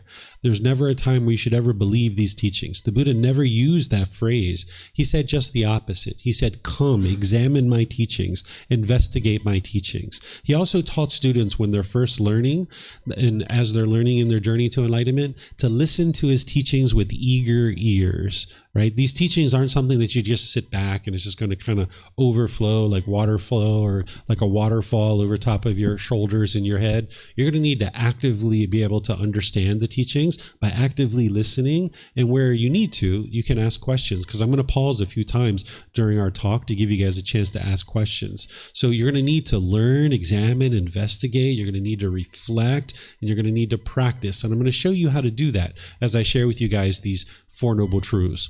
In order to be able to help you understand the Four Noble Truths, I need to first help you to understand the three universal truths. This is part of the Eightfold Path. This is the path to enlightenment. The Buddha taught these 8 individual steps. And what I'm going to start you guys off with is the right view. This is helping you to establish the right view about what's going on within your own mind. And then as you journey on the path, you'll learn each of these.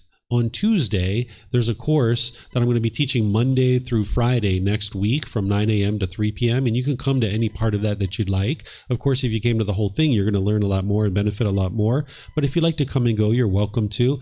That on Tuesday, I'm going to be teaching the entire path from the very beginning all the way to the very end. So you guys are welcome to come in and get included into that. If you're here on Monday morning at 9 a.m., you'll be able to learn right through that course all the way through. And then we cap it off at the end on Friday with a tour. I take people out to temples, to a forest temple, to a temple up on the mountain. So if you guys would like to even just come for the tour, you're welcome to do that as well. So it's a really fun week to be able to learn and grow and develop on the path. I'm going to be teaching this entire path as well as other things as well as part of that entire course. So to help you establish right view, where you understand what's really going on in your own mind, I need to first teach you the 3 universal truths. You wouldn't understand the 4 noble truths if you didn't understand the 3 universal truths. We refer to these as truths because the Buddha knew that they were true. I know that they're true, and other people know that they're true too. But in order for you to benefit, you're going to need to know they're true. And that's why you need to listen with eager ears and then actively be involved in your learning and growth and development on this path. So I'm going to help you to see how to do this learning, this reflection, and this practice, and ultimately benefiting by the cultivation of wisdom to be able to be more informed about these natural laws. So this first one here, this universal truth of impermanence, I'm going to teach it to you. I'm going to show you how to reflect on it and so forth and so on.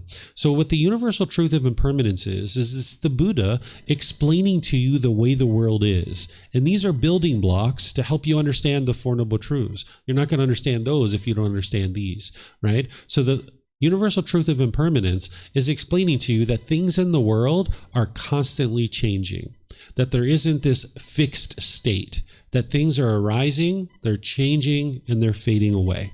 Anything that you can see, hear, smell, taste, anything that comes in contact with the body, or any thoughts or ideas that go through the mind, they are all impermanent. They're constantly changing. They're temporary.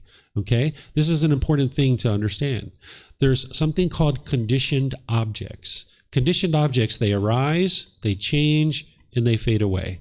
they are impermanent. This is the way the world is. But then there's something called unconditioned objects.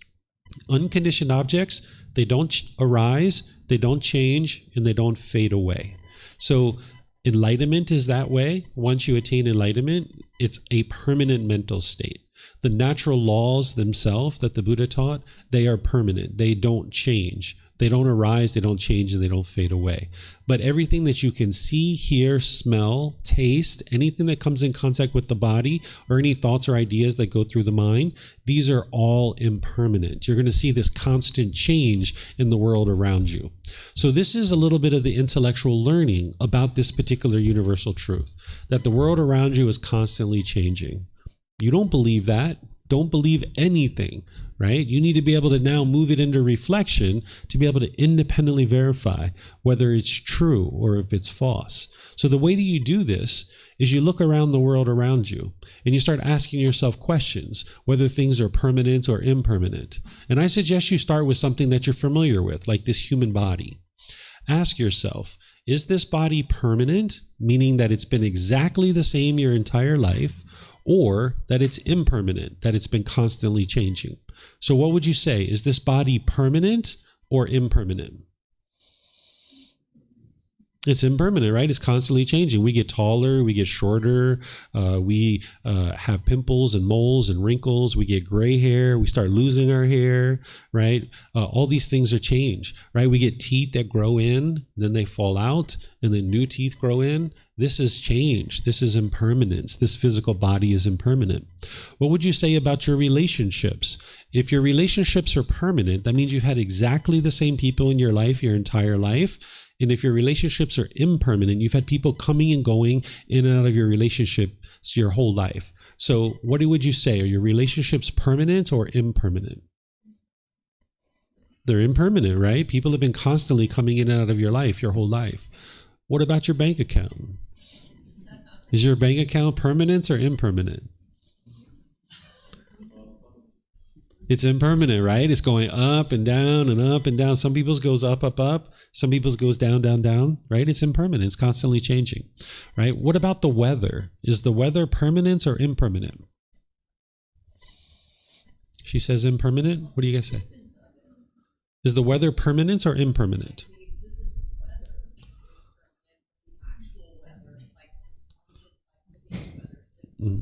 The weather is not permanent. It's constantly changing, right? So we could go on and on and on and on like this, right? And if that's what you need to do, you should do that, right? When you're walking down the street and you see a crack in the sidewalk, that is impermanence. Here in Thailand, some streets have sidewalks, some streets don't. And here in Thailand, some sidewalks go up, some sidewalks go down. You have to walk up and down the sidewalk as you're walking down the street. It's not just one complete smooth surface, right? So things are constantly changing. If you look around the temple, you're going to see wood planks on the floor. Some of them are longer or shorter. Some of them are a certain color or texture. They're all different, right? They're not all unique, right? There's a certain number of people that were in this class, and then maybe people come and go. That's impermanence, right? You're going to see constant change in the world around you. So this is a building block to help you understand the Four Noble Truths when we get to it. You're going to need to be able to independently verify that everything around you is constantly changing. When you look at a fence and you see the paint and it's fading, that's impermanence. It's constantly changing, right? So you're going to need to be able to deeply soak that into the mind so that you know with 100% certainty that everything around you is impermanent and constantly changing, because that's a building block to help you to understand the Four Noble Truths. Then there's something called discontentedness. This is the second universal truth. What the Buddha is doing here is he's explaining to you what the unenlightened mind experiences. Now, if you've studied the teachings of the Buddha in other places, you might have heard this referred to as suffering. I don't use that word because it doesn't accurately represent what the Buddha was teaching. So I'm going to explain to you guys what this universal truth is, and then I'm going to circle back and explain to you why I don't use the word suffering here. In the original teachings of the Buddha in the Pali Canon, the word dukkha is being used, and that translates to discontent, discontented, or discontentedness. What he's explaining is the instability of the unenlightened mind, that it's unsteady, it's unstable, it's shaken up, that there's these pleasant feelings that the unenlightened mind experiences, like happiness, excitement, elation, thrill, exhilaration, euphoria. Then there's painful feelings that the unenlightened mind experiences, like sadness, anger, frustration, irritation, annoyance, guilt, shame, fear, stress, anxiety. These are very painful for the mind to experience. Then there's neither painful nor pleasant. This is like uncomfortableness or dissatisfied. I put loneliness and boredom here, but some people say that's very painful for them. So you could put that in the painful category if you'd like, but shyness is a good example of that. It's not painful, it's not pleasant. Or say like you were sitting on public transportation and somebody that you didn't know came and sat next to you and your body was touching their body. You might say, it's not painful, it's not pleasant, you're kind of unsatisfied, right? You're dissatisfied, uncomfortable in that situation. That's what the neither painful nor pleasant is. So these are the three feelings that the Buddha describes in the unenlightened mind. There's pleasant feelings, painful feelings, and neither painful nor pleasant. And he describes them as conditioned feelings, that based on some condition, you are then going to experience that feeling. Right? So for example, as an unenlightened being, if you wake up in the morning and you see it's sunny outside, you might get so happy and excited that you're going to go on this hike. Oh man, I've been wanting to go on this trail for a long time. It's been raining and I couldn't go. The sun is shining. It's so beautiful outside. I'm going to call my friends. We're going to have a great time. Oh, I'm so happy and excited, right? And now you go take a shower. Right? Because you got that happiness and excitement based on a condition that the sun was there. Now your mind is happy because of the sun. Now you go take a shower and you come out and it's raining. And now you're frustrated, you're agitated, you're annoyed. Because your feeling of happiness was based on a condition, and that condition is impermanent, your feeling of happiness was impermanent too. That's why you haven't been able to get to permanent happiness, because your mind is basing its inner feelings on some condition, which we're going to talk about when we get to the Four Noble Truths. Right here, all we're talking about is, what is this universal truth? This universal truth is explaining that your mind experiences conditioned feelings, that based on some condition, you're then going to have a feeling of either pleasant, painful, or neither painful nor pleasant. By the time you get to enlightenment, you're not experiencing conditioned feelings anymore. You're beyond that. Your mind is experiencing unconditioned mental qualities where your mind is always happy, always cheerful, always joyful, always bright and uplifted. But it's not the excited happiness. Oh my goodness, mom's coming to town. We're going to cook that favorite dish. Oh, I'm so excited. It's not that. Right? It's just the mind is cheerful, it's bright, it's uplifted, it's easy to smile. So that enlightened being who wakes up in the morning, they're already happy before they went and saw that it's even sunny outside. They're already happy, right? And now they see it's sunny outside. It's like, sweet, I've been interested in going on this trail for a long time. I would like to go hiking today. I'm going to call my friends. We're going to go have a blast. This is going to be great. And now you go take a shower and you come out and it's raining. And it's like, all right, well, it's raining. I guess we're not going to go hiking today. Maybe we'll go to the mall. Maybe we'll stay home and read a book. Maybe I'll invite my friends over. I'll cook some food and we'll have some food and we'll have a good time hanging out here at the house, right? There's other things that you can do. Because an enlightened being hasn't based their inner feelings on the sun, they have unconditioned joy. They have unconditioned happiness. There's no condition that needs to be met in order for that feeling to be experienced. So in the unenlightened state, there's this condition, this condition, this condition, this condition, this condition, this condition, and then I will be happy, right? If my mom does this, if my brother does that, if my boss does this, if the weather is that, if my bank account is this, then I will be happy. But if those things aren't happening, then you're angry or sad or frustrated, right? So the amount of happiness you can have actually dwindles and it comes smaller and smaller and smaller. Well, when you wipe away all of that, which is what we're going to get to, that's where the mind can go beyond these conditional feelings and just experience the brightness, the joy, the cheerfulness, the happiness all the time. Okay? So here, what the Buddha is describing is this universal truth of discontentedness where the mind is experiencing conditioned pleasant feelings, painful feelings, and neither painful nor pleasant. And this is what an unenlightened being is going to be experiencing. Now, you're not interested in believing this, right? This isn't something you believe, right? You need to independently verify it, because what I just did is the intellectual learning to help you understand intellectually what this is. But now you need to move it into reflection and determine whether what I'm sharing with you is true or whether it's false. Well, you know that your mind is unenlightened. And if this is describing what the unenlightened mind is experiencing, ask yourself, is this what you experience? Do you experience pleasant feelings, painful feelings, neither painful nor pleasant? Are there any feelings that you experience that doesn't map into one of these three feelings? Because if there is, when we get to the question period, let me know and we can talk about it, and I will help you to understand it. Okay, the next one, the universal truth of non-self, it's not actually being displayed because of the projector. I'm going to go ahead and adjust the projector so that you guys can see it.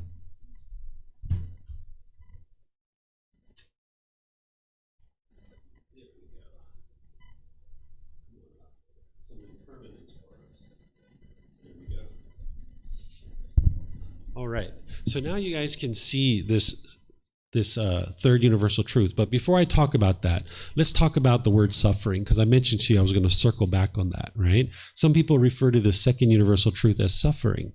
Well, if you use the word suffering, that describes the painful feelings really well.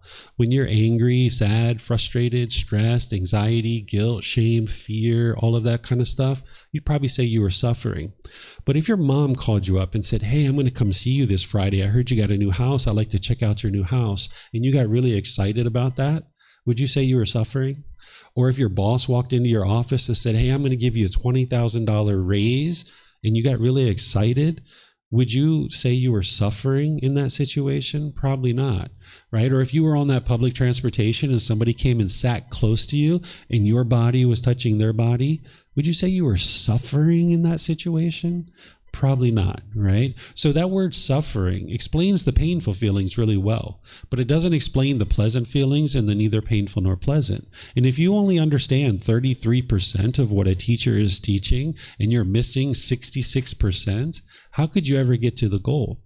So I don't use the word suffering here because it doesn't bring your mind to the full understanding that the Buddha is explaining to you, is this full spectrum of emotions and feelings that the unenlightened mind has. There's pleasant feelings, painful feelings, and neither painful nor pleasant.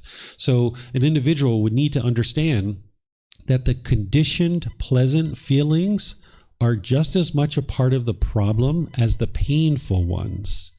Because the conditioned pleasant feelings, if you allow your mind to get happy and excited based on some condition, when that condition is no longer present, your mind's going to end up in the painful feelings.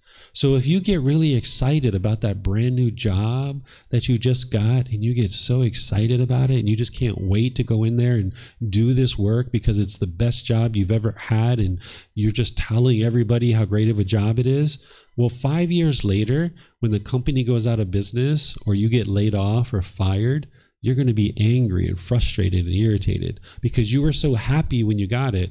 And now when you don't have it anymore, your mind's going to swing all the way to the other side, to the painful feelings. So an enlightened being is beyond the conditionality of these feelings. Their mind is experiencing the peace and the joy and the happiness and the cheerfulness and the gladness all the time because they don't base their inner feelings on this particular thing. And you're going to understand that when we talk about the Four Noble Truths. So the word discontent, discontented, and discontentedness brings your mind to fully understand the full spectrum of feelings and emotions that the Buddha is talking about here. What he's talking about is the instability of the mind. Because if you've ever been so excited, you like tripped and fell, or you like broke something, then you understand what the Buddha is talking about here. The mind's shaken up, it's unsteady, it's uncalm. And as long as the mind's doing that, you're not going to be able to think clearly and make wise decisions in your day-to-day life. Right? So this is why I use the word discontent, discontented, and discontentedness, because it explains all three feelings that the Buddha is talking about here. Okay? Then there's the universal truth of non-self. This is the third universal truth. The universal truth of non-self is actually a solution to one of the problems that the Buddha discovered in the mind. Those 10 fetters that the Buddha discovered, those 10 individual pollutions, the very first one is called personal existence view. I'm going to explain this to you first, and then I'll explain to you the solution, which is the universal truth of non-self. The pollution that he discovered is that the mind, in its unenlightened state, has something called personal existence view, which is misunderstanding or confusion, that it thinks that this body is you or this mind is you. And the mind wants to be perceived by others in a certain way. There's a certain clinging to your self-image or your self-identity, wanting to be perceived by others in a certain way. And if you're being perceived that way, you're happy. But if you're not being perceived that way, you're frustrated, agitated, annoyed, embarrassed, disappointed, or some other feeling.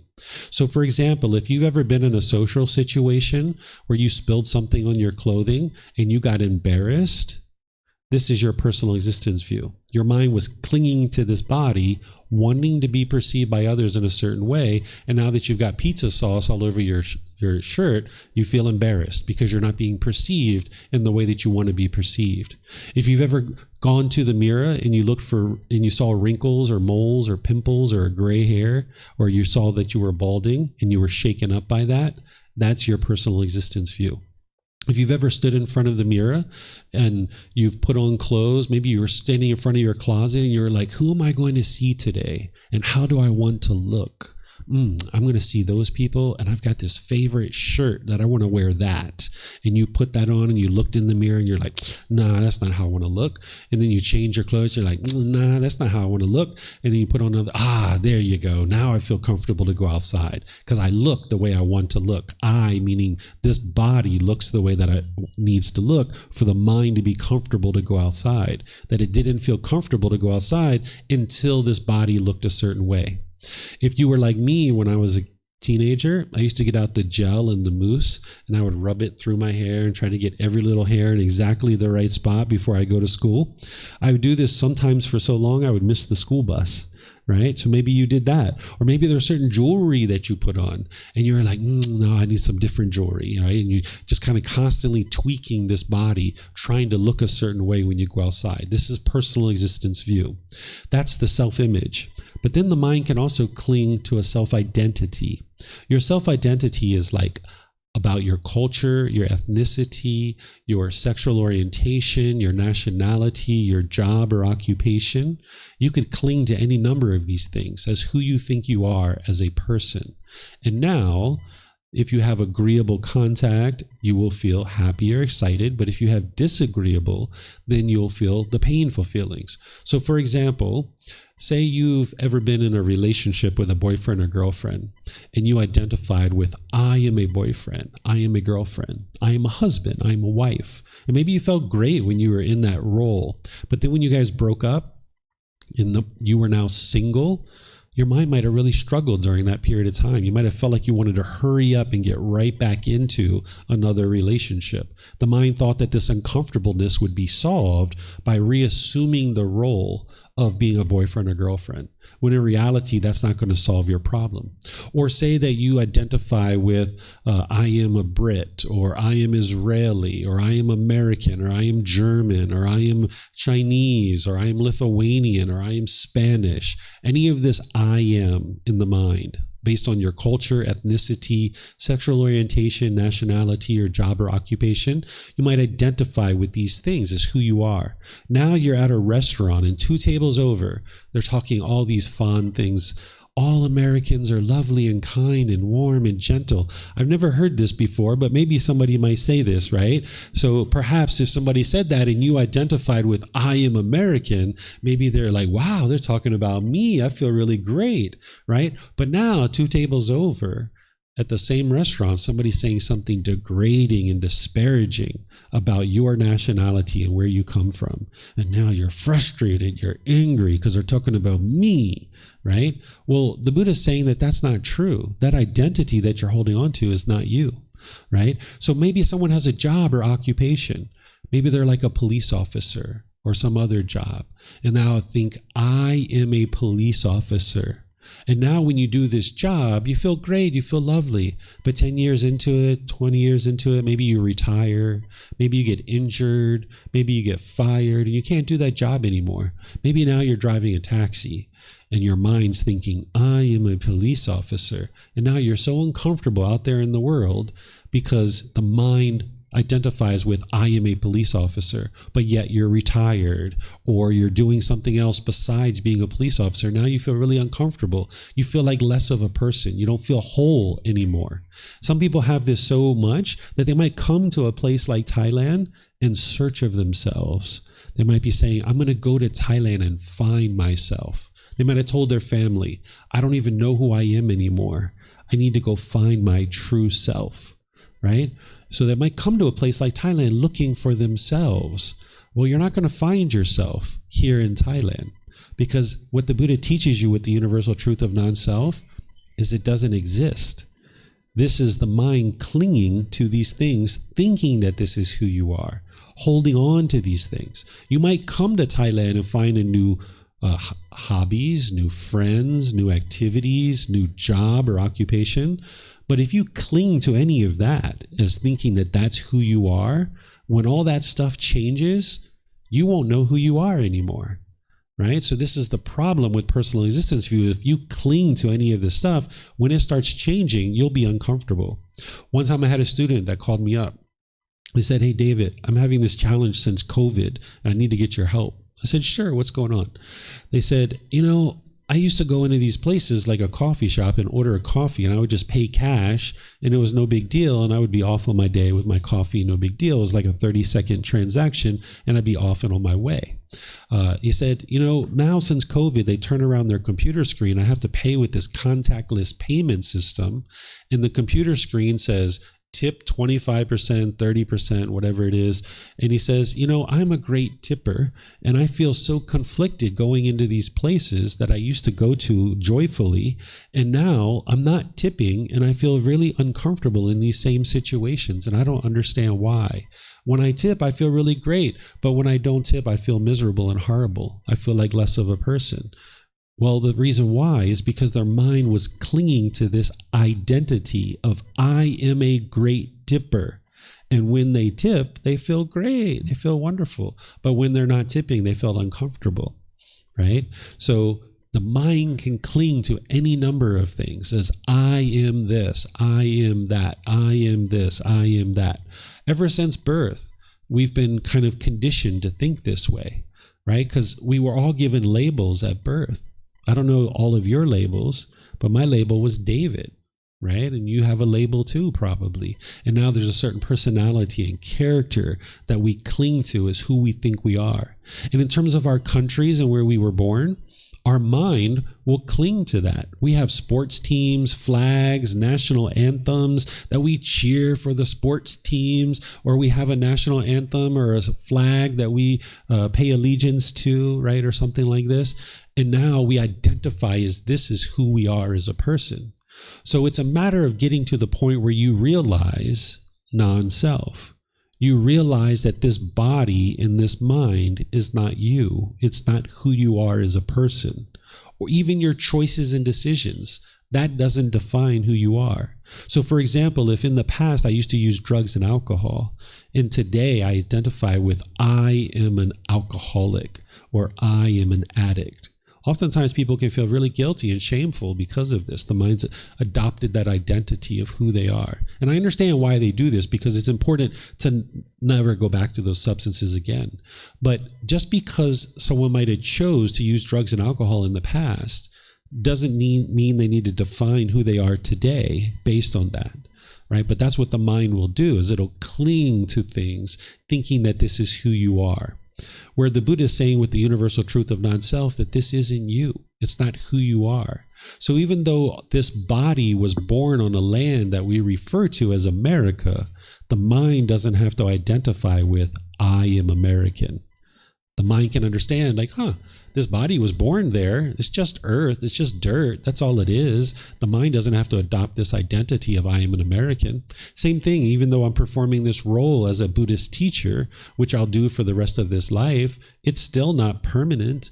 I don't even cling to the idea of I am a Buddhist teacher, right? Because people will say, all Buddhist teachers are lovely and kind and warm and gentle. Wow, I'm a Buddhist teacher. But then it's only a matter of time before somebody says something degrading and disparaging about Buddhist teachers, right? And now you feel angry or frustrated or agitated. So the way that you get to peace and joy among everything else is you're going to need to realize non-self, to realize that this body is not you, this mind is not you.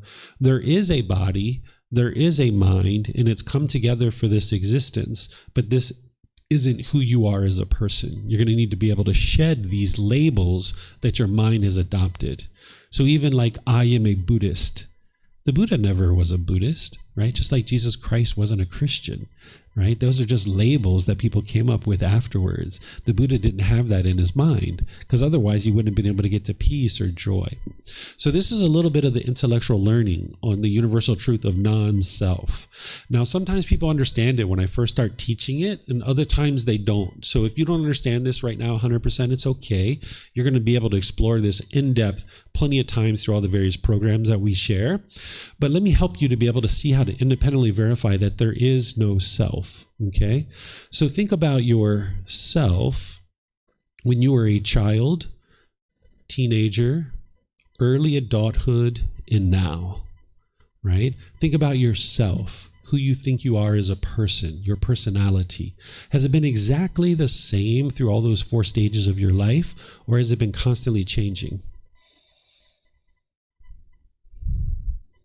It's been constantly changing, right? You can see there's no permanent self. Here's another way. If your arm was amputated and you only have one hand and one arm, are you less of a person? No? Are you less of a person? No? Right? So you have less use of a hand and an arm, but that doesn't make you less of a person. Well, intellectually, you understand that this body is not you. Because if you thought otherwise, you would answer that question differently. If you thought that this body was you, if there's less body, then there's less you, and you would say that you're less of a person.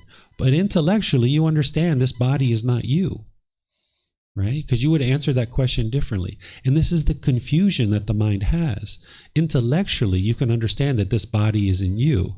But in the heat of the moment, when somebody says something about this body, oh, they're talking about me, right? This is where the mind gets angry and frustrated, right? So that's where that confusion of personal existence view, that misunderstanding of personal existence view comes in. Here's a third way that you can do this. Point to yourself. Where are you? Eamon's pointing here. You're pointing here. You're pointing there. Okay. These are common places people point to. They usually point here or here, right? So what you need to be able to do is if you say, I am here, what are you pointing to? You're pointing to a shirt, right? Is that who you are? If we took off this shirt and hung it up and pointed to it, is that you? That shirt you're wearing? Is that you? That's not you, right? Okay, so let's throw it away. Where are you? And someone might point again. What are you pointing to? Pointing to skin. Is that who you are? That skin you've got? Is that you? Say no. Okay, so we've ripped off the skin and we held it up and we pointed to it. Is that you? That's not you. Okay, throw that away. Where are you? Someone might point again. We've got ribs, bones, muscle tissue, fluid, organs. None of those bits and pieces and parts are you. But the mind is going to keep clinging to these things as if they are you. Right? This is the personal existence view that the mind has. So the Buddha isn't saying that there is no being in existence. There's obviously a being that's in existence. I can see it sitting in front of me, right? There is a being here. But what he's saying is none of this is who you are as a person. And now you can transcend any kind of anger or frustration or any other kind of discontent feelings related to clinging to this. Because if you cling to any of this and you want this to be permanent, when it all starts changing, you'll be discontent. You'll be frustrated, which you're going to learn about in the Four Noble Truths. So do you guys have any questions on the 3 universal truths before we get into the Four Noble Truths? Yes, sir. Related to the conditioned feelings, like I grew up, and probably some of us in the room as well, that we should maximize the pleasant feelings and, if possible, minimize the painful feelings and kind of accept the feelings which are neither painful nor pleasant.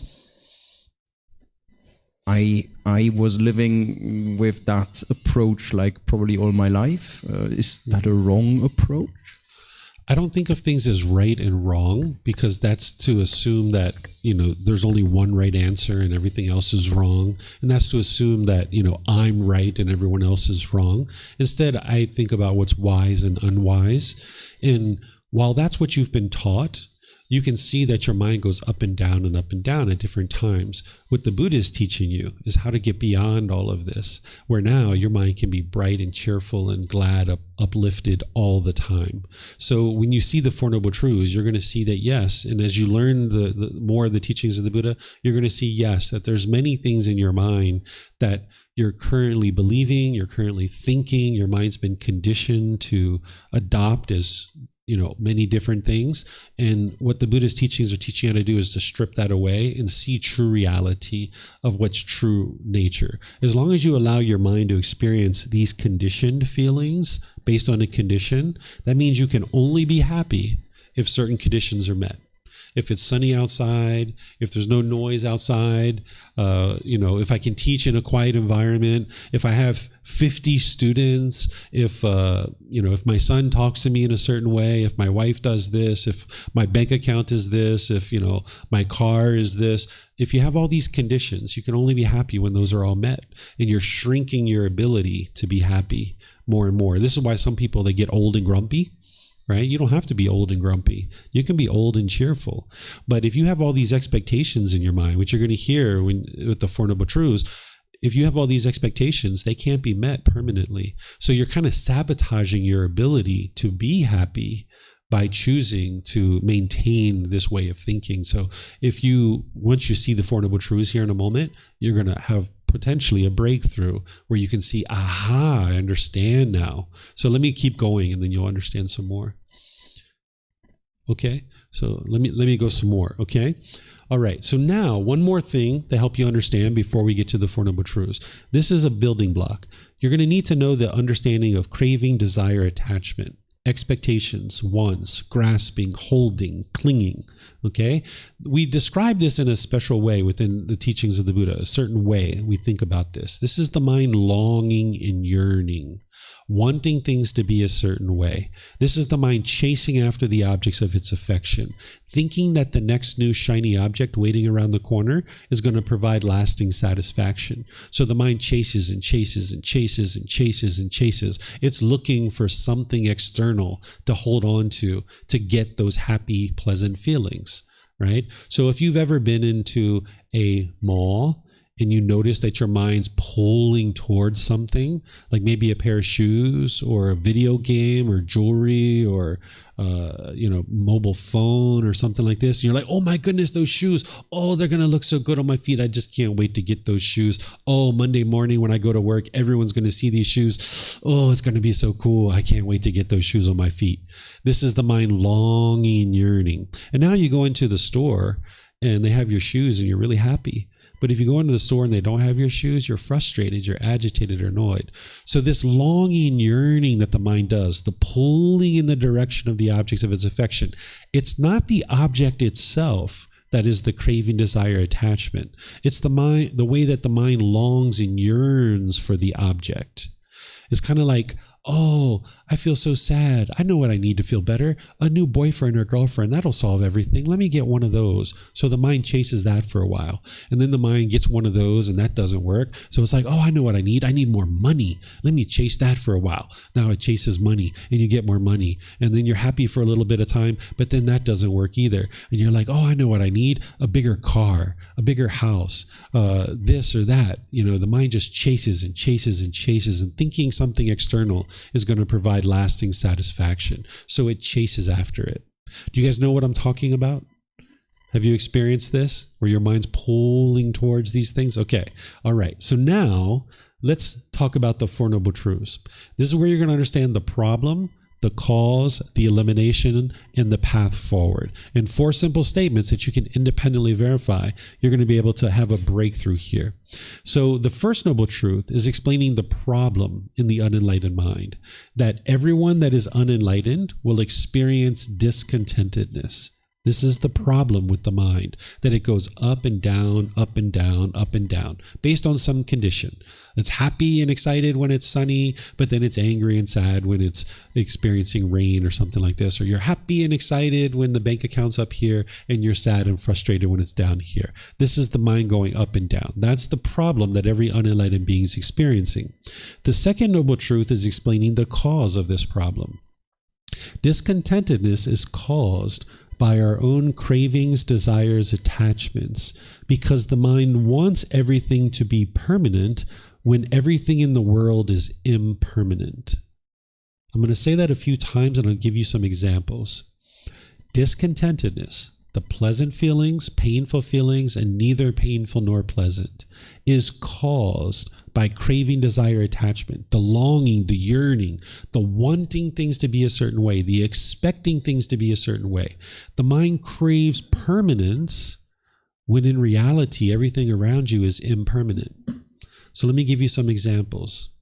Think back again to that boyfriend or girlfriend that you guys got together with. You were so happy. You're so excited. They were showing you affection. You're going to the movies, you're going to dinner, you were going out to the park, you're having great conversations. You might have even been having intimate contact with each other, right? All of these things were happening. Oh, so much pleasure, especially at the beginning, right? But then over time, there was all these expectations, certain things you wanted from them, certain things you expected from them, and they couldn't fulfill those. And you got angry and frustrated. And there were certain things they wanted and expected from you, and you couldn't do that all the time, permanently. So now you guys got so upset you broke up and you ended the relationship. And now you might have really been angry or frustrated. You might have been lonely or bored. You might have been missing this person. It wasn't your love that was causing that. It wasn't your care or your concern. What it was your mind was craving permanence, wanting this relationship to be permanent, when in reality it was always impermanent.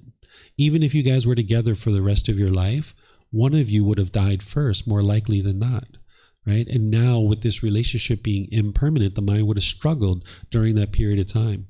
You can see this if somebody's died, right? Like maybe grandma or grandpa or mom or dad or brothers or sisters or somebody close to you. It wasn't your love that was causing that. Love is a genuine interest in seeing a being be well. Right? What was causing your mind to grieve and have sorrow during that time whether this person died is the mind was craving permanence. When grandma's alive, when grandpa's alive, you're happy. But when the mind's not getting what it wants, the mind's angry or sad or frustrated or some other discontent feeling. The mind craved for grandma and grandpa to be permanent when in reality they were impermanent. Because they were born, they had to die. They were impermanent. But the mind in the unenlightened state doesn't have that wisdom of the natural laws. So therefore, it struggled during this period of time. You can look at your life when there was a lot of change going on in your life. Even if you implemented that change yourself, those were probably times that you struggled the most.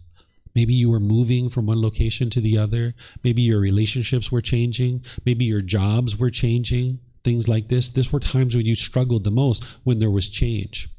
When maybe you've been to a wedding, right? You might have saw people grieving at a wedding. Maybe you were grieving at a wedding. Maybe your brother or sister, or your friend was going off into the world with someone else. It's like, hold on a second. That's my brother. That's my sister. How dare you take them away from me, right? This is the mind trying to hold on to this person, thinking that they were permanent. Maybe mom and dad were crying. If you could think back to when you went to university or college, or maybe when you went off to school, when you first went to kindergarten or something, you might have been crying, or mom and dad might have been crying, because here you go out into the world all by yourself. That wasn't love, because, hey, something wonderful is happening. You're going to school. You're going out into the world to spend time with other people. This is wonderful. That wasn't your love, right? This is the mind holding on and craving for this person to be permanent. And now when these kids go off into school, or when parents send their kids to school, they might grieve because the mind's holding on and craving permanence. Let me give you an example that doesn't involve relationships. You might be able to see it even more clearly. Let's just say you have the interest to buy a brand new car. You really want this brand new car, and you save up for many years to buy this brand new car. And now you go buy this car all in cash, your favorite car. You can imagine it, right? Maybe it's a sports car, luxury car. Maybe it's a convertible. You're driving off the parking lot of the dealership. Everyone's waving to you like, wow, look at her. She's so successful. Wow, look at him. He's the man. Wow. You're just driving so proudly down the street. You park your car at the store. You go inside and you come out and there's a scratch on your car. Oh my gosh. Maybe you're devastated, you're frustrated, you're angry. Why? What's the cause of that? Well, it's not the scratch, and it's not the person who scratched your car that's causing that anger and frustration. What's causing it is your mind is craving permanence. You're wanting this car to be permanently beautiful when it's just not possible. You live in an impermanent world. The paint is going to fade. The tires are going to need to be changed. The upholstery is going to get ripped and torn. If you crave permanence, when this car starts changing, you'll be frustrated, agitated, or annoyed. So the mind in the unenlightened state doesn't understand impermanence. It craves permanence. It wants this car to be permanently beautiful when it's not possible for this car to be permanently beautiful. Now, we're not talking about what's wise or unwise, because when we walk through a parking lot, we aspire not to scratch anybody's car, right? But we're just talking about what's causing the mind to be discontent. It's the mind craving permanence, wanting this car to be permanently beautiful when it's not possible for this car to be permanently beautiful. So this is some of the intellectual learning and some examples for you of the second noble truth. But don't believe me. Don't believe anything I ever say. You need to be able to investigate it and see the truth for yourself. Take a recent situation where you've been angry or frustrated or irritated or annoyed. It might have been this morning. It might have been yesterday. It might have been last week. Look at that situation with these fresh eyes. Now, at that time, you might have been trying to blame somebody else, because that's what the mind typically does. It will blame other people. But look at that situation with these fresh eyes. What was it that your mind wanted? What were you longing, yearning for? That if you would have got what you wanted, you would have been happy. But because you didn't get what you wanted, you were angry or sad or frustrated or some other discontent feeling. Can you see it? If you can't, let me know. I will help you. Again, I've had students ask me before. They said, hold on, David. I went to work the other day and my house looked beautiful. And when I came home from work, my wife had this craft project all over the house. And when I walked in, I got frustrated when I walked in. How did my mind cause this? Because that's what I'm teaching you, that your mind's causing your own discontent feelings. How did my mind cause this? I wasn't even there. My wife's the one who messed up the house. Didn't she cause me to be frustrated? Nope.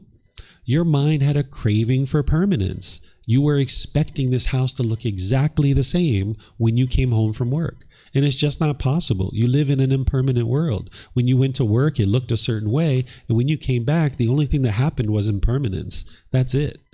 But your mind craved permanence. You had a certain expectation. But you know, just like your house can't look that way permanently, this craft project that your wife has all over the house, that's not permanent either. She's going to put it away. And maybe you even help her. Right? So if your mind craves permanence, no matter what the situation is, you're going to experience the discontent feelings. So if your bank account is up here and you get really happy and you crave that, when the bank account goes here, you'll be sad and frustrated. If it's sunny outside and you're happy, when it's raining, you're going to get angry or frustrated or some other discontent feeling. And you can see here that there isn't even another person involved. Your bank account balance going like this, there's no other person involved. It's just you, right? The weather changing from sun to rain, there's no other person involved. It can't be other people that are causing you to be angry. It's your own mind craving permanence. But you need to be able to see this for yourself, because when you don't understand the second noble truth, what you're going to typically do is blame your feelings on other people. And when you're doing that, you're going to push people aside. You might have done this before. It's called aversion, where you push people away or you push a situation away The mind firmly believes that the problem is external, and if I push this person away, that's going to solve the problem. But you can see it didn't solve your problem because you still get annoyed, you still get frustrated or agitated, right? The second thing you might do when you don't understand the second noble truth is you might be bitter and harsh and hostile towards people. Through your intentions, your speech, and your actions. It's almost like an animal growling and roaring at another animal.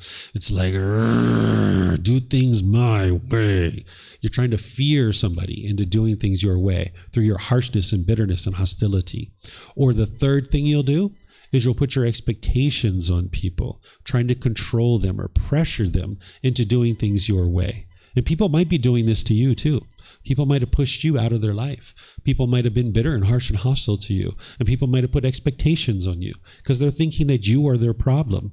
In reality, they're causing their own discontentedness. Just like you cause your own discontentedness, other people cause theirs themselves too.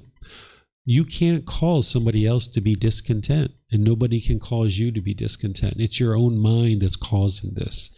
If you continue to think other people are causing you to be discontent, you'll try to change other people in the world. You'll try to get other people to do things your way. This is the mind's craving, desire, attachment, longing, yearning. And the problem with that approach is there's 8 billion people in the world. You can't train 8 billion people to do things your way. You'd have to have a massive training program. And first, everyone have to agree your way is the right way, right? But then you're going to need to have books and literature and training centers, and you're going to need to have people out in the world training, and there's new beings being born all the time. You're going to need to translate this into different languages. You're going to need to have massive numbers of people supporting you to train the entire world to do things your way, right? And then there's impermanence anyway, so they're not going to be able to do it your way all the time anyway. Right? So this second noble truth is helping you to understand the cause of your discontentedness is your own mind.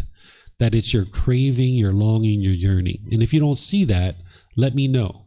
I will help you to understand. The third noble truth is explaining to you the elimination of discontentedness is possible by eliminating your craving, desire, attachment. If you understand that craving, desire, attachment is the cause of your discontent feelings, well, if you eliminate the cause, you will eliminate the effect. So if you eliminate the cravings, desires, attachments, you'll eliminate the discontentedness, right? And then the Buddha teaches you in the fourth noble truth, the path to eliminating discontentedness is the eightfold path. That's the complete perfect plan that's going to teach you how to eliminate your craving, desire, attachments. He's going to guide you in how to actually transform the mind, that you're not longing, yearning, and chasing after things, but you're also not over here where you're dull and lethargic and care less about anything that's going on in the world. He's inviting you to come to the middle way where you can gradually pursue things as a goal, objective, or interest, but you're not forming your feelings based on whether you get that thing or not. Right now, if you have goals, that if you accomplish your goal, you're happy, and if you don't accomplish your goal, you're sad or angry or frustrated, that's actually not a goal. That's a craving, desire, attachment masquerading as a goal. Because the mind says, if I get this thing, I'm happy, and if I don't get it, I'm angry and sad. A true goal is something that you can work towards gradually, and if you obtain it, great, and if you don't, that's fine too. So maybe if you're 80% of the way to your goal, and you look at it, you're like, let me see. I could extend my timeline here, give me more time to accomplish this goal, or I could add resources to this and allow me to work towards my goal. Or you know what? The 80% is just fine. I'm completely fine with the 80%. I don't need to go any further. And now you can maintain your contentedness. You can maintain your joy. But if you can only be happy when you get what you want, that's not actually a true goal. The mind is having craving, desire, attachment. So you're not interested in longing, yearning, and chasing after things, but you're also not interested in being dull and lethargic over here. You would like to have ambition and enthusiasm and motivation, guided by wise decision making. Right now, your enthusiasm and your ambition is probably coming from craving, desire, attachment, but then that burns out. That's why when you get a job, you're so excited at the very beginning, and then after a year or two or three, you don't really like it anymore.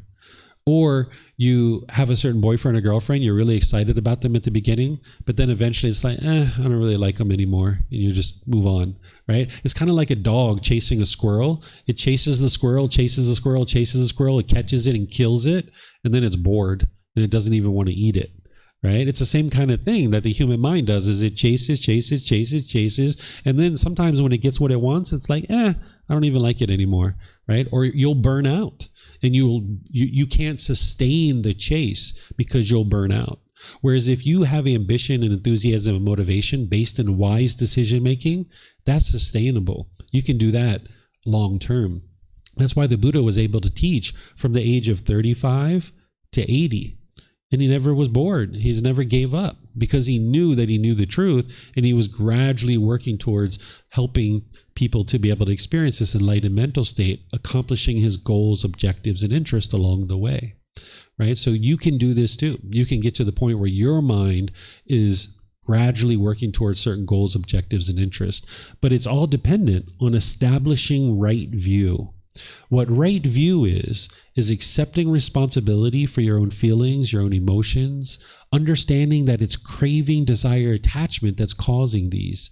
Wrong view would be to blame other people. If you blame other people for the feelings that you're experiencing, you will never solve them because you will continue to push people away, be bitter, harsh, and hostile, put expectations on people. And you're looking at the wrong place of the real source of the problem. That's why you haven't been able to overcome this throughout your entire life, that you've still been annoyed and frustrated and agitated to a certain degree because you haven't understood the real problem, the cause of the problem, the elimination of it, and the path forward. But if you can have this breakthrough to understanding this, now it's just a matter of implementing the solution. If you gradually implement this solution over multiple months and years, you'll gradually see your mind getting closer and closer to the peace and the joy. But it's all based on establishing right view, of understanding that it's your own mind that's causing these feelings. Because blaming other people isn't going to get you anywhere. You're just going to be trying to convince other people to do things your way. So every single argument that you've ever been in, because I know that you were in arguments, adamantly trying to convince people that what they are doing is causing you to be angry and they have to stop doing what they're doing or else you're going to continue to get angry. You were causing it all along. You need to be able to see it. It doesn't mean that they weren't doing something unwise, because they surely could have been doing something unwise, but your mind was craving for them to do it a certain way permanently. Not everyone's going to do it that way. So you can look back over the course of your life, and every single time you've ever been angry or frustrated or irritated or any other discontent feeling, it was some craving, desire, attachment that was in your mind, wanting things to be a certain way. And this can be really impactful. And you can have a breakthrough here to be able to see true reality and actually understand this. And then, like I said, it's a matter of implementing the solution. No need to feel guilty or shameful about any of this stuff, because every person who's ever been born was unenlightened. Otherwise, they wouldn't have been born, right? So everybody's born unenlightened, and now is your opportunity to be able to learn and grow and develop to become enlightened if that's what you choose to do. So this is everything that I have to share with you right now. I'm just going to pause and see if you guys have any questions on what I've been sharing. I think you had a question a while back. Do you still have that question? That mic's already on, actually.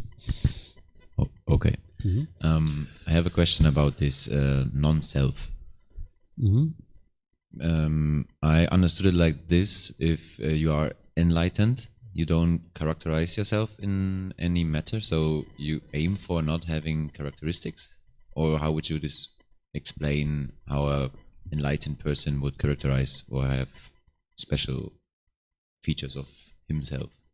An enlightened being doesn't think of themselves as special, right? Because that's putting yourself above people. An enlightened being would have eliminated their ego, and they don't put themselves above people or below people. That's what the mind does when it has conceit It has like this pecking order, kind of like when we were in the animal realm. We needed that strong pecking order. We need to know who's the matriarch of our herd, because she's showing us where the food is, the watering holes, the migration paths. If we didn't know who the matriarch of our herd was, we would be lost as an elephant roaming around the world, and we wouldn't have survived. But when we come into this human world, we don't need that pecking order, but the mind has that as part of what unenlightened mind has. So an enlightened being isn't going to see themselves as special, but also they're not going to label themselves as being any particular way. In fact, what I suggest people to do is not to convince themselves that they're even enlightened, because as soon as you convince yourself that you're enlightened, your mind can become complacent, you can become arrogant and prideful. And if any of those things are happening, you're actually not enlightened, right? If you're just sitting around being dull and lethargic and complacent, or if you think that you're better than other people. So an enlightened being doesn't label themselves as being any particular thing.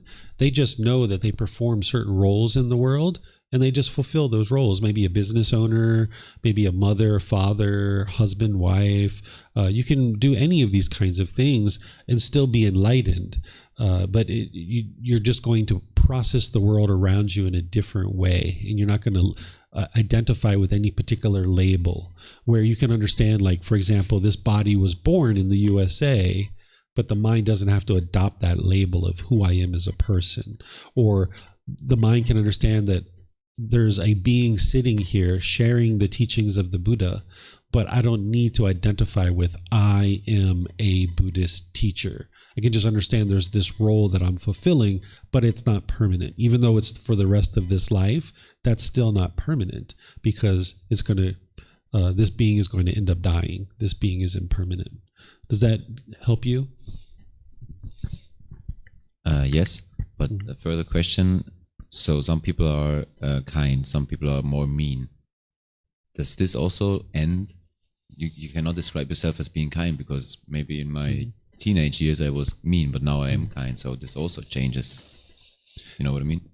Yeah, what you're describing there is impermanence, right? Some people are polite, some people are kind, some people are angry and frustrated, but the mind is going to crave for everyone to speak to you polite, kind, friendly, respectful. In the unenlightened state, your mind is going to crave and want everybody to be talking to you in a certain way.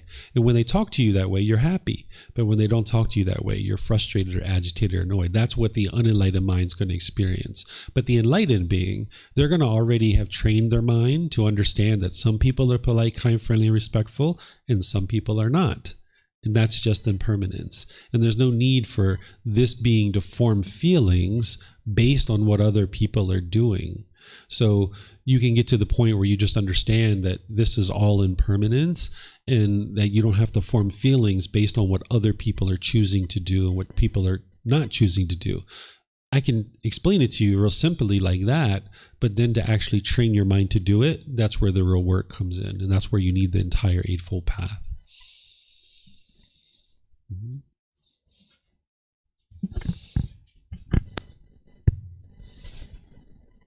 And is there a way to go through physical suffering without still being at peace with your mind? Yeah, so if an enlightened being experiences something physical in nature, they're going to still feel the physical pain, but it's going to be very muted and very minimal. They're not going to experience mental anguish. In the unenlightened state, when someone's unenlightened, it's like getting hit with two darts.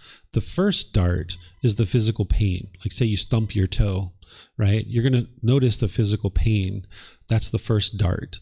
But then the mind, because it's unenlightened, it's going to crave permanent comfort of the body. And now when you're experiencing that physical sensation of pain, now the mental anguish, the anger and the frustration is going to arise in the mind, and now it's going to heighten the feelings of the physical pain, because there's the physical pain, the first dart, and then the second dart is the mental anguish. Because the mind craves permanent comfort of the physical body, it's going to experience the mental anguish, the mental painful feelings. An enlightened being doesn't experience this. They experience the first dart, which is the painful physical sensation of the body, but then there's no mental anguish. They might even start laughing when they stump their toe. You need that physical pain just a little bit, because as an enlightened being, like let's just say you're standing really close to a fire, and the mind needs to know, like, ooh, that's painful, like physically, right? So now you make the decision to move away from the fire. Whereas if you didn't have that physical pain, you wouldn't know to move away from the fire, and you would just stand there and the body would deteriorate from the fire. So you have physical pain as an enlightened being, but it's very muted, very minimal, almost insignificant. So you don't get hit with that second dart because you don't have the craving for permanent comfort of the body. You already know this body is going to be comfortable sometimes, and then sometimes it's going to be uncomfortable. And that's impermanence. And you don't form feelings based on that. But you'll know that the body is experiencing pain, but the mental aspect of the mind is still completely calm and peaceful and joyful, uplifted, glad, cheerful, even though there's physical pain in the body. In extreme pain. Mm-hmm. Or Even in torture. extreme situations. Okay. In 2019, I got in a motorbike accident and I cracked my rib. And I had gone to the hospital on an ambulance, and I went to the x-rays and all this, and they were saying what I had done. I was so cheerful and joyful, they actually gave me a urinalysis test to see if I was on drugs, because they thought that there was something wrong with me. So I had to take a urinalysis. The police even showed up and questioned me and were kind of talking to me to see if I was intoxicated. And of course I wasn't.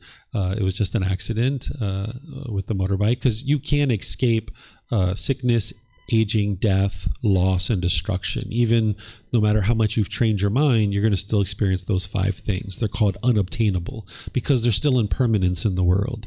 You can't escape sickness, aging, and death because that's just impermanence. You can't escape loss because you're going to still lose certain things. And you can't escape destruction. You're going to still have material objects that are destroyed because this is all impermanence. But your mind is going to be completely peaceful when these things are going on. Because when you're sick, the mind is agitated or frustrated because you crave permanent health, right? And now you're sitting at home like, I want to go outside and play with my friends, and I feel sick and the body doesn't feel well. Now the mind is angry and frustrated. Or when you're aging, you see wrinkles and gray hair and stuff, you're craving permanent youthfulness. Or then when someone gets close to death, they're craving permanent life, and now death is very painful for them. Or when their material possessions are being destroyed or lost, they might have a lot of anger around that situation, where you can maintain your peace and joy even in an extreme situation where you're in a motorbike accident or car accident. The Buddha gives a great story on this. It's pretty graphic, but I can share it with you if you like. He shares that if 2 criminals were sawing you with a 2-handed saw from limb to limb to limb, that if you had hatred that came up in your mind at that time, you wouldn't be practicing his teachings. Because by the time you get to enlightenment, you won't have any hatred in your mind. In that situation, you're not going to be passive. Of course, you're going to try to get out of there if you could, right? But in that situation, an enlightened being would find it physically impossible to have hatred or anger towards these people or any kind of mental anguish. It would hurt like crazy, right? Physically, but mentally, your mind would still be calm and steady. You would be able to endure that. But of course, that's such a rare situation that would happen, because an enlightened being wouldn't be around 2 criminals sawing them limb to limb to limb, right? They're going to make wise decisions to not associate with that kind of individual, right? But that tells you the extent that an enlightened being will experience that. Mm-hmm. Okay, let me just check online, see if we have questions on Facebook or YouTube. I don't see any questions anywhere. Okay, so I'm going to end with just this last thing. Is, as I shared towards the beginning of the class, what the teachings of the Buddha are for is to heal from what hurt you so that you never need to hurt ever again. But remember, what's hurting you is inside your own mind. It's not the outside world. You're never going to fix the outside world for everybody to do things a certain way. It would be lovely if there was no wars in the world. It'd be lovely if there was no poverty or famine or any of these kinds of things. And we can apply effort to try to help people that are involved in these kinds of things, right? Rape and murder and things like this. It'd be wonderful if those things didn't exist, but that's not the world we live in. We live in an impermanent world where some people are going to be polite, kind, friendly, and respectful, and other people aren't. But if you crave for the world to be a certain way, then you will struggle and have difficulties in those situations where you're not getting what you want. So when you watch the news, you might really struggle if you have a craving for the world to be a certain way.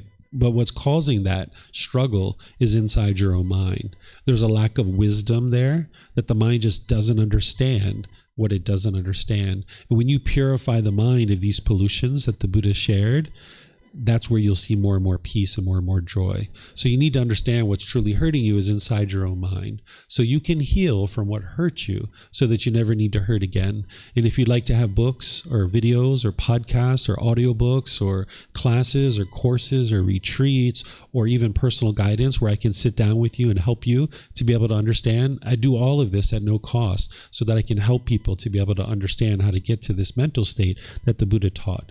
And there's no reason why you can't do that. You just need to decide that you're done with the anger. You're done with the frustration. You're done with the broken relationships. You're tired of this stuff. And you would like to create this better way of life and understand this better way of life. And that's where the teachings of the Buddha come in. So if you're interested in that, there's more than enough opportunities for you to get into, be involved with that, whether it's here at the temple or online, because all of our classes and courses and retreats are all shared throughout live stream, and they're even recorded. So if you can't attend live, you can even attend through recordings and stuff like this. If you are interested in understanding how to move forward on this path, you can always reach out to me and I will help you get plugged into whatever resources it is that's going to help you to move along this path. So I'm just going to end today by thanking all of you guys for joining. I appreciate that you were interested in learning and practicing the teachings of the Buddha. If you would like to learn more, you're more than welcome to come learn. As I shared, there's classes on Sunday, Wednesday, and Saturday. You can get this continued support with books and audiobooks, videos, podcasts. There's in-person classes. There's regular ongoing programs on Sundays and Saturdays. There's in-person training. There's a Facebook group. There's plenty of ways for you to get plugged in. You just need to decide what works best for you. And if you need help to find that, just come let me know and I will help you. So perhaps I'll see you guys in one of these future classes. Have a very lovely and wonderful rest of your day. We'll see you next time. Sawadee-ka. Sawadee-ka.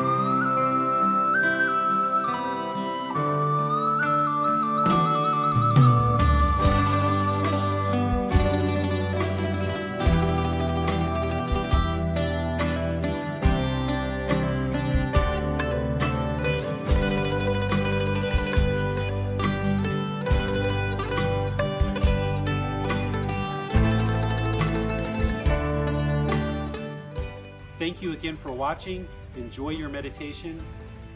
Look forward to seeing you online and answering any questions that you might have. Thank you so much.